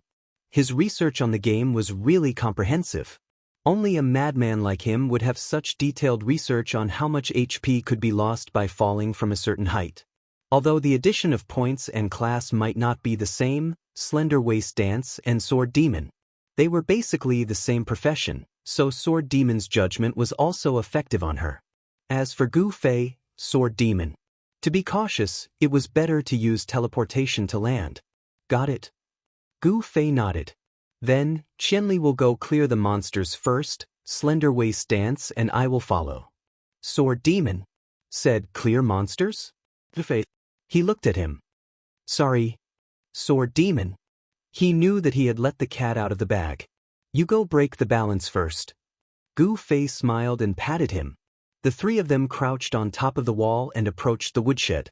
"Fire wheel from the sky." When they were about to reach the woodshed, Gu Fei suddenly extended his long sword and chanted a spell. He then turned around and said to the two, "I'm going." The two nodded. Gu Fei slipped 2 more steps before his spell, which was so slow it was almost hair-raising, condensed in the air. The guys on the ground reacted quickly enough and immediately noticed that a spell had appeared on the roof of the woodshed. Because they had been paying attention to this phenomenon all the time, they had expected the enemy's long-range professions to use this method to attack them, so they had always been wary of the mages and archers in the area. They wanted to eliminate the hidden danger before it happened. Who would have thought that there would still be such a fish that slipped through the net and secretly cast a spell from a corner? They didn't know that this spell was cast by Gu Fei, who had a higher level, and they didn't know how terrifying the power of this spell was. They just realized that it was just a fire wheel from the sky and faced it very calmly with a smile. But vaguely, the people on the roof seemed to hear a voice from above, too unrestrained. This was a slip of the tongue of Sword Demon and Slender Waist Dance at the same time. Originally, they shouldn't have spoken at this critical juncture of a surprise attack, but it was difficult for them to vent their feelings if they didn't say a word. After Gu Fei summoned the fire wheel, he had already jumped out. However, the people below did not know that in order to seek cover, Gu Fei had actually accurately hidden his body behind the dazzling fire wheel. Gu Fei's fire wheel from the sky was both an attack and a cover for himself. This made Sword Demon and Slender Waist Dance admire his courage and subtlety. Part of the fire wheel landed on the ground, and the other part landed on the roof. The moment the flames touched their bodies, the players who were burned already felt that something was wrong. The HP of the players was like a water pipe that had been unscrewed. However, the HP of the players wasn't a water supply company. At most, it was a water tank that could be flushed into a toilet. With this kind of catharsis, it was already pretty good that they didn't die. Didn't they see a few of their brothers directly die? What was worse was that when the flames faded, there was actually an extra person on the roof. It was a mage in black clothes. He held a long sword in his hand and instantly swept up another wave of flames. How big could a small woodshed be? Gu Fei turned around and double flame flash was enough to sweep through the area. Those who were about to die died on the spot, and those who didn't died because of the excessive loss of HP and a moment of panic, lost their footing and landed on the roof. Everyone looked at the sky like idiots, and then they saw two figures, one black and one red, suddenly shoot out from the top of the wall like human cannons. Without deviating, they landed on the roof. Sword Demon's prediction wasn't wrong at all. At this moment, those who were looking up at them like idiots were the ones who had the geographical advantage, and the ones who were originally at a disadvantage, because of this unexpected opportunity, were extremely happy. They didn't care about being idiotic at all, and under the strong attack, they instantly displayed a one-sided suppression. The details of the battle were no longer of any concern to Gu Fei and the others. Gu Fei nimbly jumped down from the woodshed and immediately inserted the key in his hand into the keyhole, opening the door. "Quick!" Gu Fei shouted and rushed in first. Sword Demon and Slender Waist Dance weren't any slower, but Slender Waist Dance hadn't been here before and didn't know where the door was. He was a little confused when he jumped down, but with Sword Demon pulling him, he didn't go in the wrong direction. The two squeezed into the door almost side by side. With a wave of his hand, Gu Fei locked the door. Success!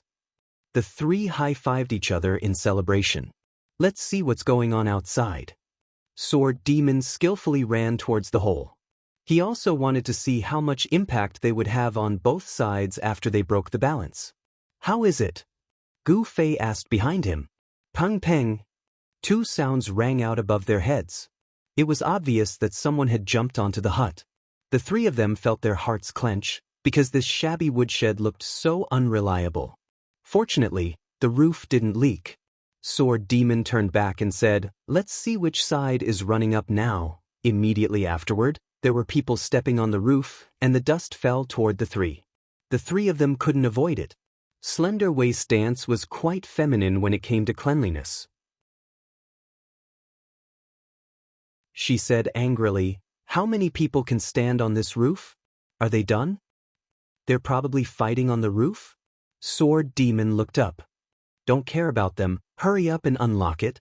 Gu Fei went over to move the firewood.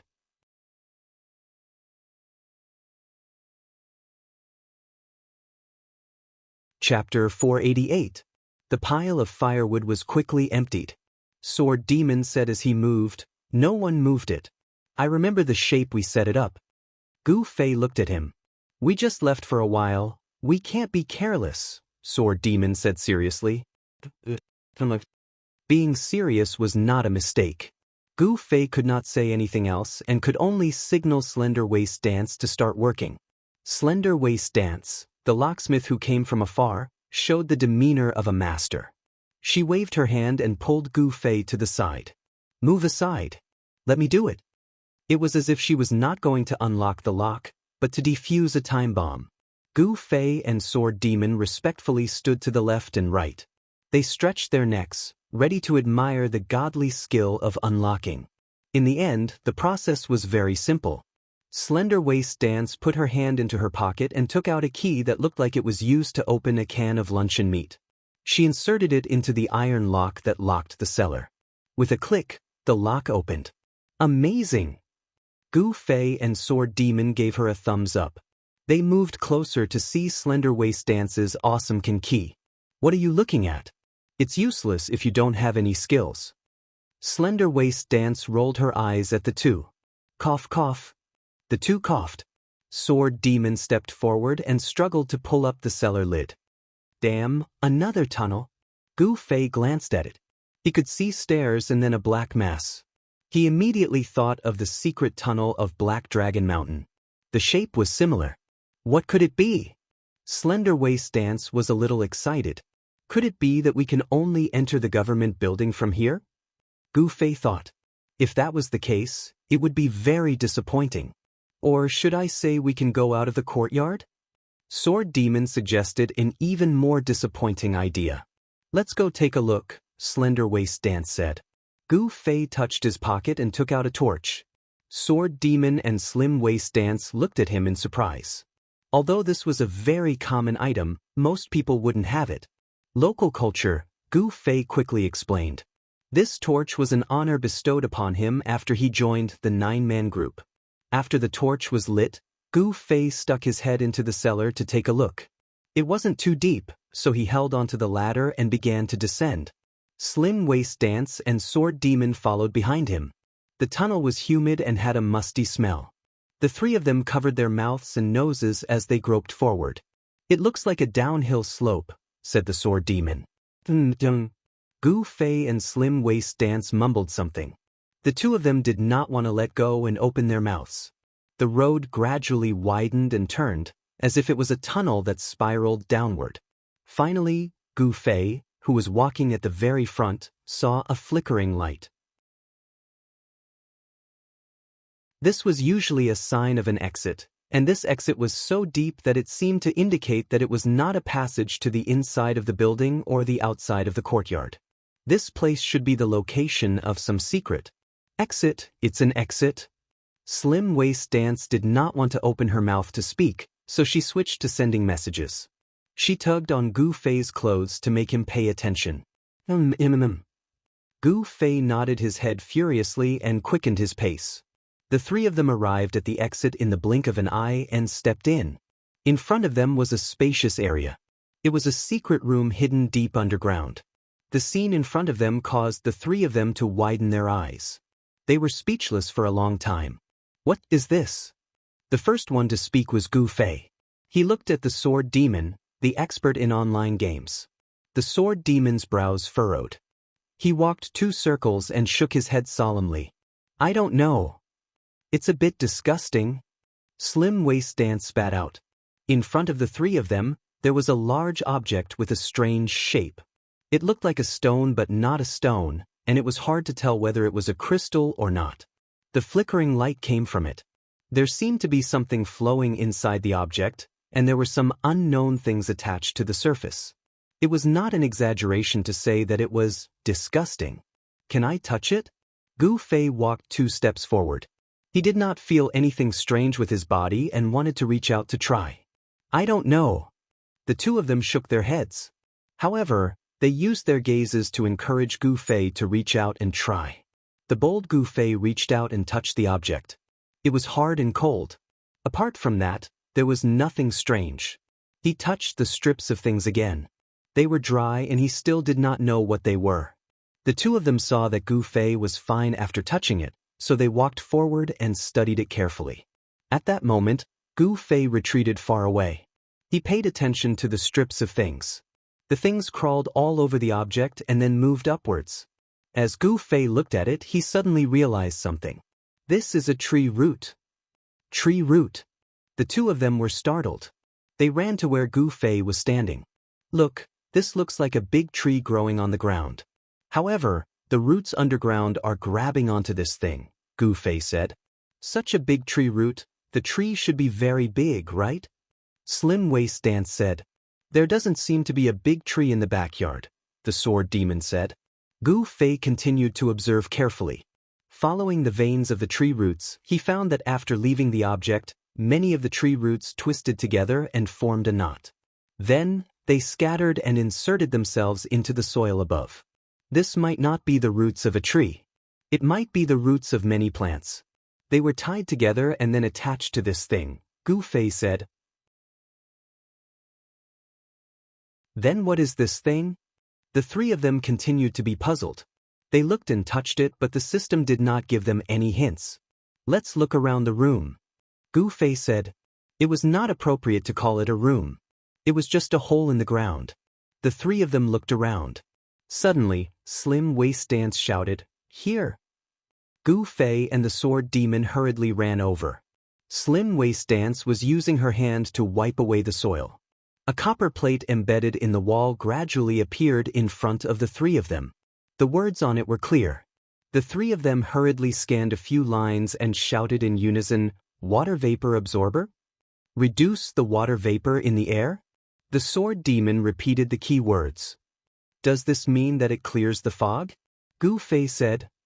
"In other words, the reason why there is no fog in the government compound is because of the existence of this thing." The sword demon said. "That's right. There is actually no fog in this place." Slim Waist Dance had the same reaction as Gu Fei when he came here for the first time. She didn't react to the strangeness of the courtyard. Gu Fei didn't reply because he suddenly thought of the Fog Shadow Assassin's diary. He hurriedly took it out and flipped to the third page. There was a short sentence, "What a big fog.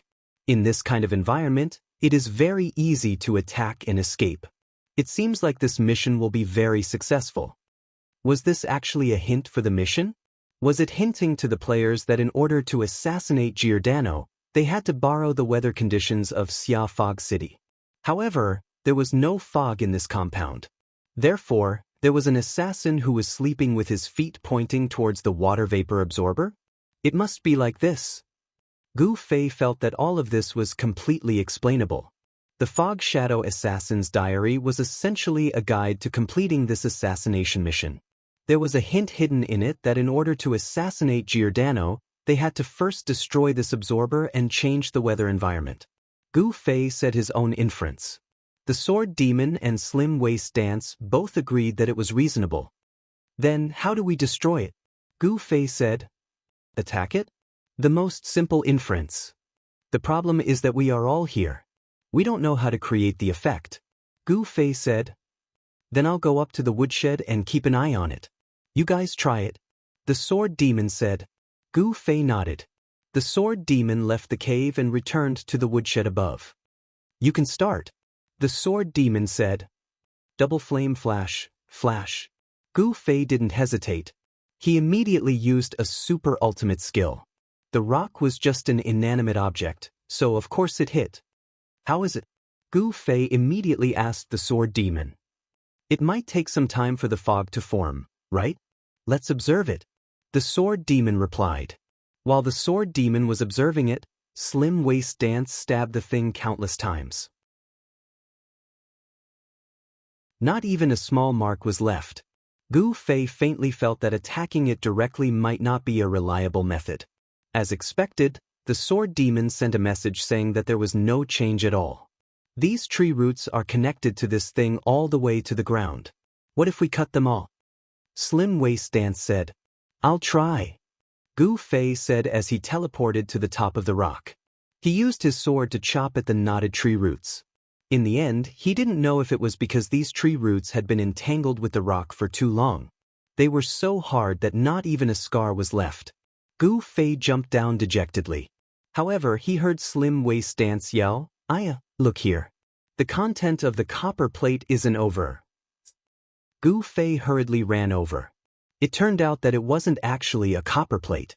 Instead, it was shaped like an open book. Gu Fei and the others only looked at the left half of the record and didn't notice the right half. After Gu Fei went up, Slim Waist Dance went to read the copper plate. In the end, she noticed something strange on the right half. The water vapor absorber can absorb the excess water vapor in the area within 1 minute and 22 seconds. The water vapor absorber will automatically start working after the moisture content in the air exceeds the standard for 3 minutes. Turn off the water vapor absorber. A large amount of water vapor will be released. Within 35 seconds, a super fog will form in the area. So there's a switch here. After reading the 3 sentences on the right copper plate while erasing it, Slim Waist Dance suddenly discovered that there was a switch installed on the second half of the copper plate. She excitedly raised her hand and was about to hit it. "Wait!" Gu Fei hurriedly grabbed her hand to stop her. Gu Fei said, "You have to calculate the time." This hint was also written in the Fog Shadow Assassin's diary. An assassin can't remember the time? Even a minute or a second wrong is enough to be fatal to us. This must be a hint for the time. Gu Fei thought. If he really didn't discover this half of the content and just tried to stop the water vapor absorber, then he would really die because of the time problem. This needs to be calculated. Gu Fei said. Calculated what? The fog doesn't affect the inside of the house. We have to make use of the fog to make our move when Giordano comes out to patrol. So, we have to calculate the time. Gu Fei said, You're tuning in to the Passion Pages YouTube channel. We're so grateful for your support, and don't forget to subscribe to join us on this incredible journey through captivating stories. Your generosity through donations truly makes a world of difference, as it's the primary source of revenue that allows me to expand and enhance this channel for you. Thank you from the bottom of my heart for being a part of this adventure.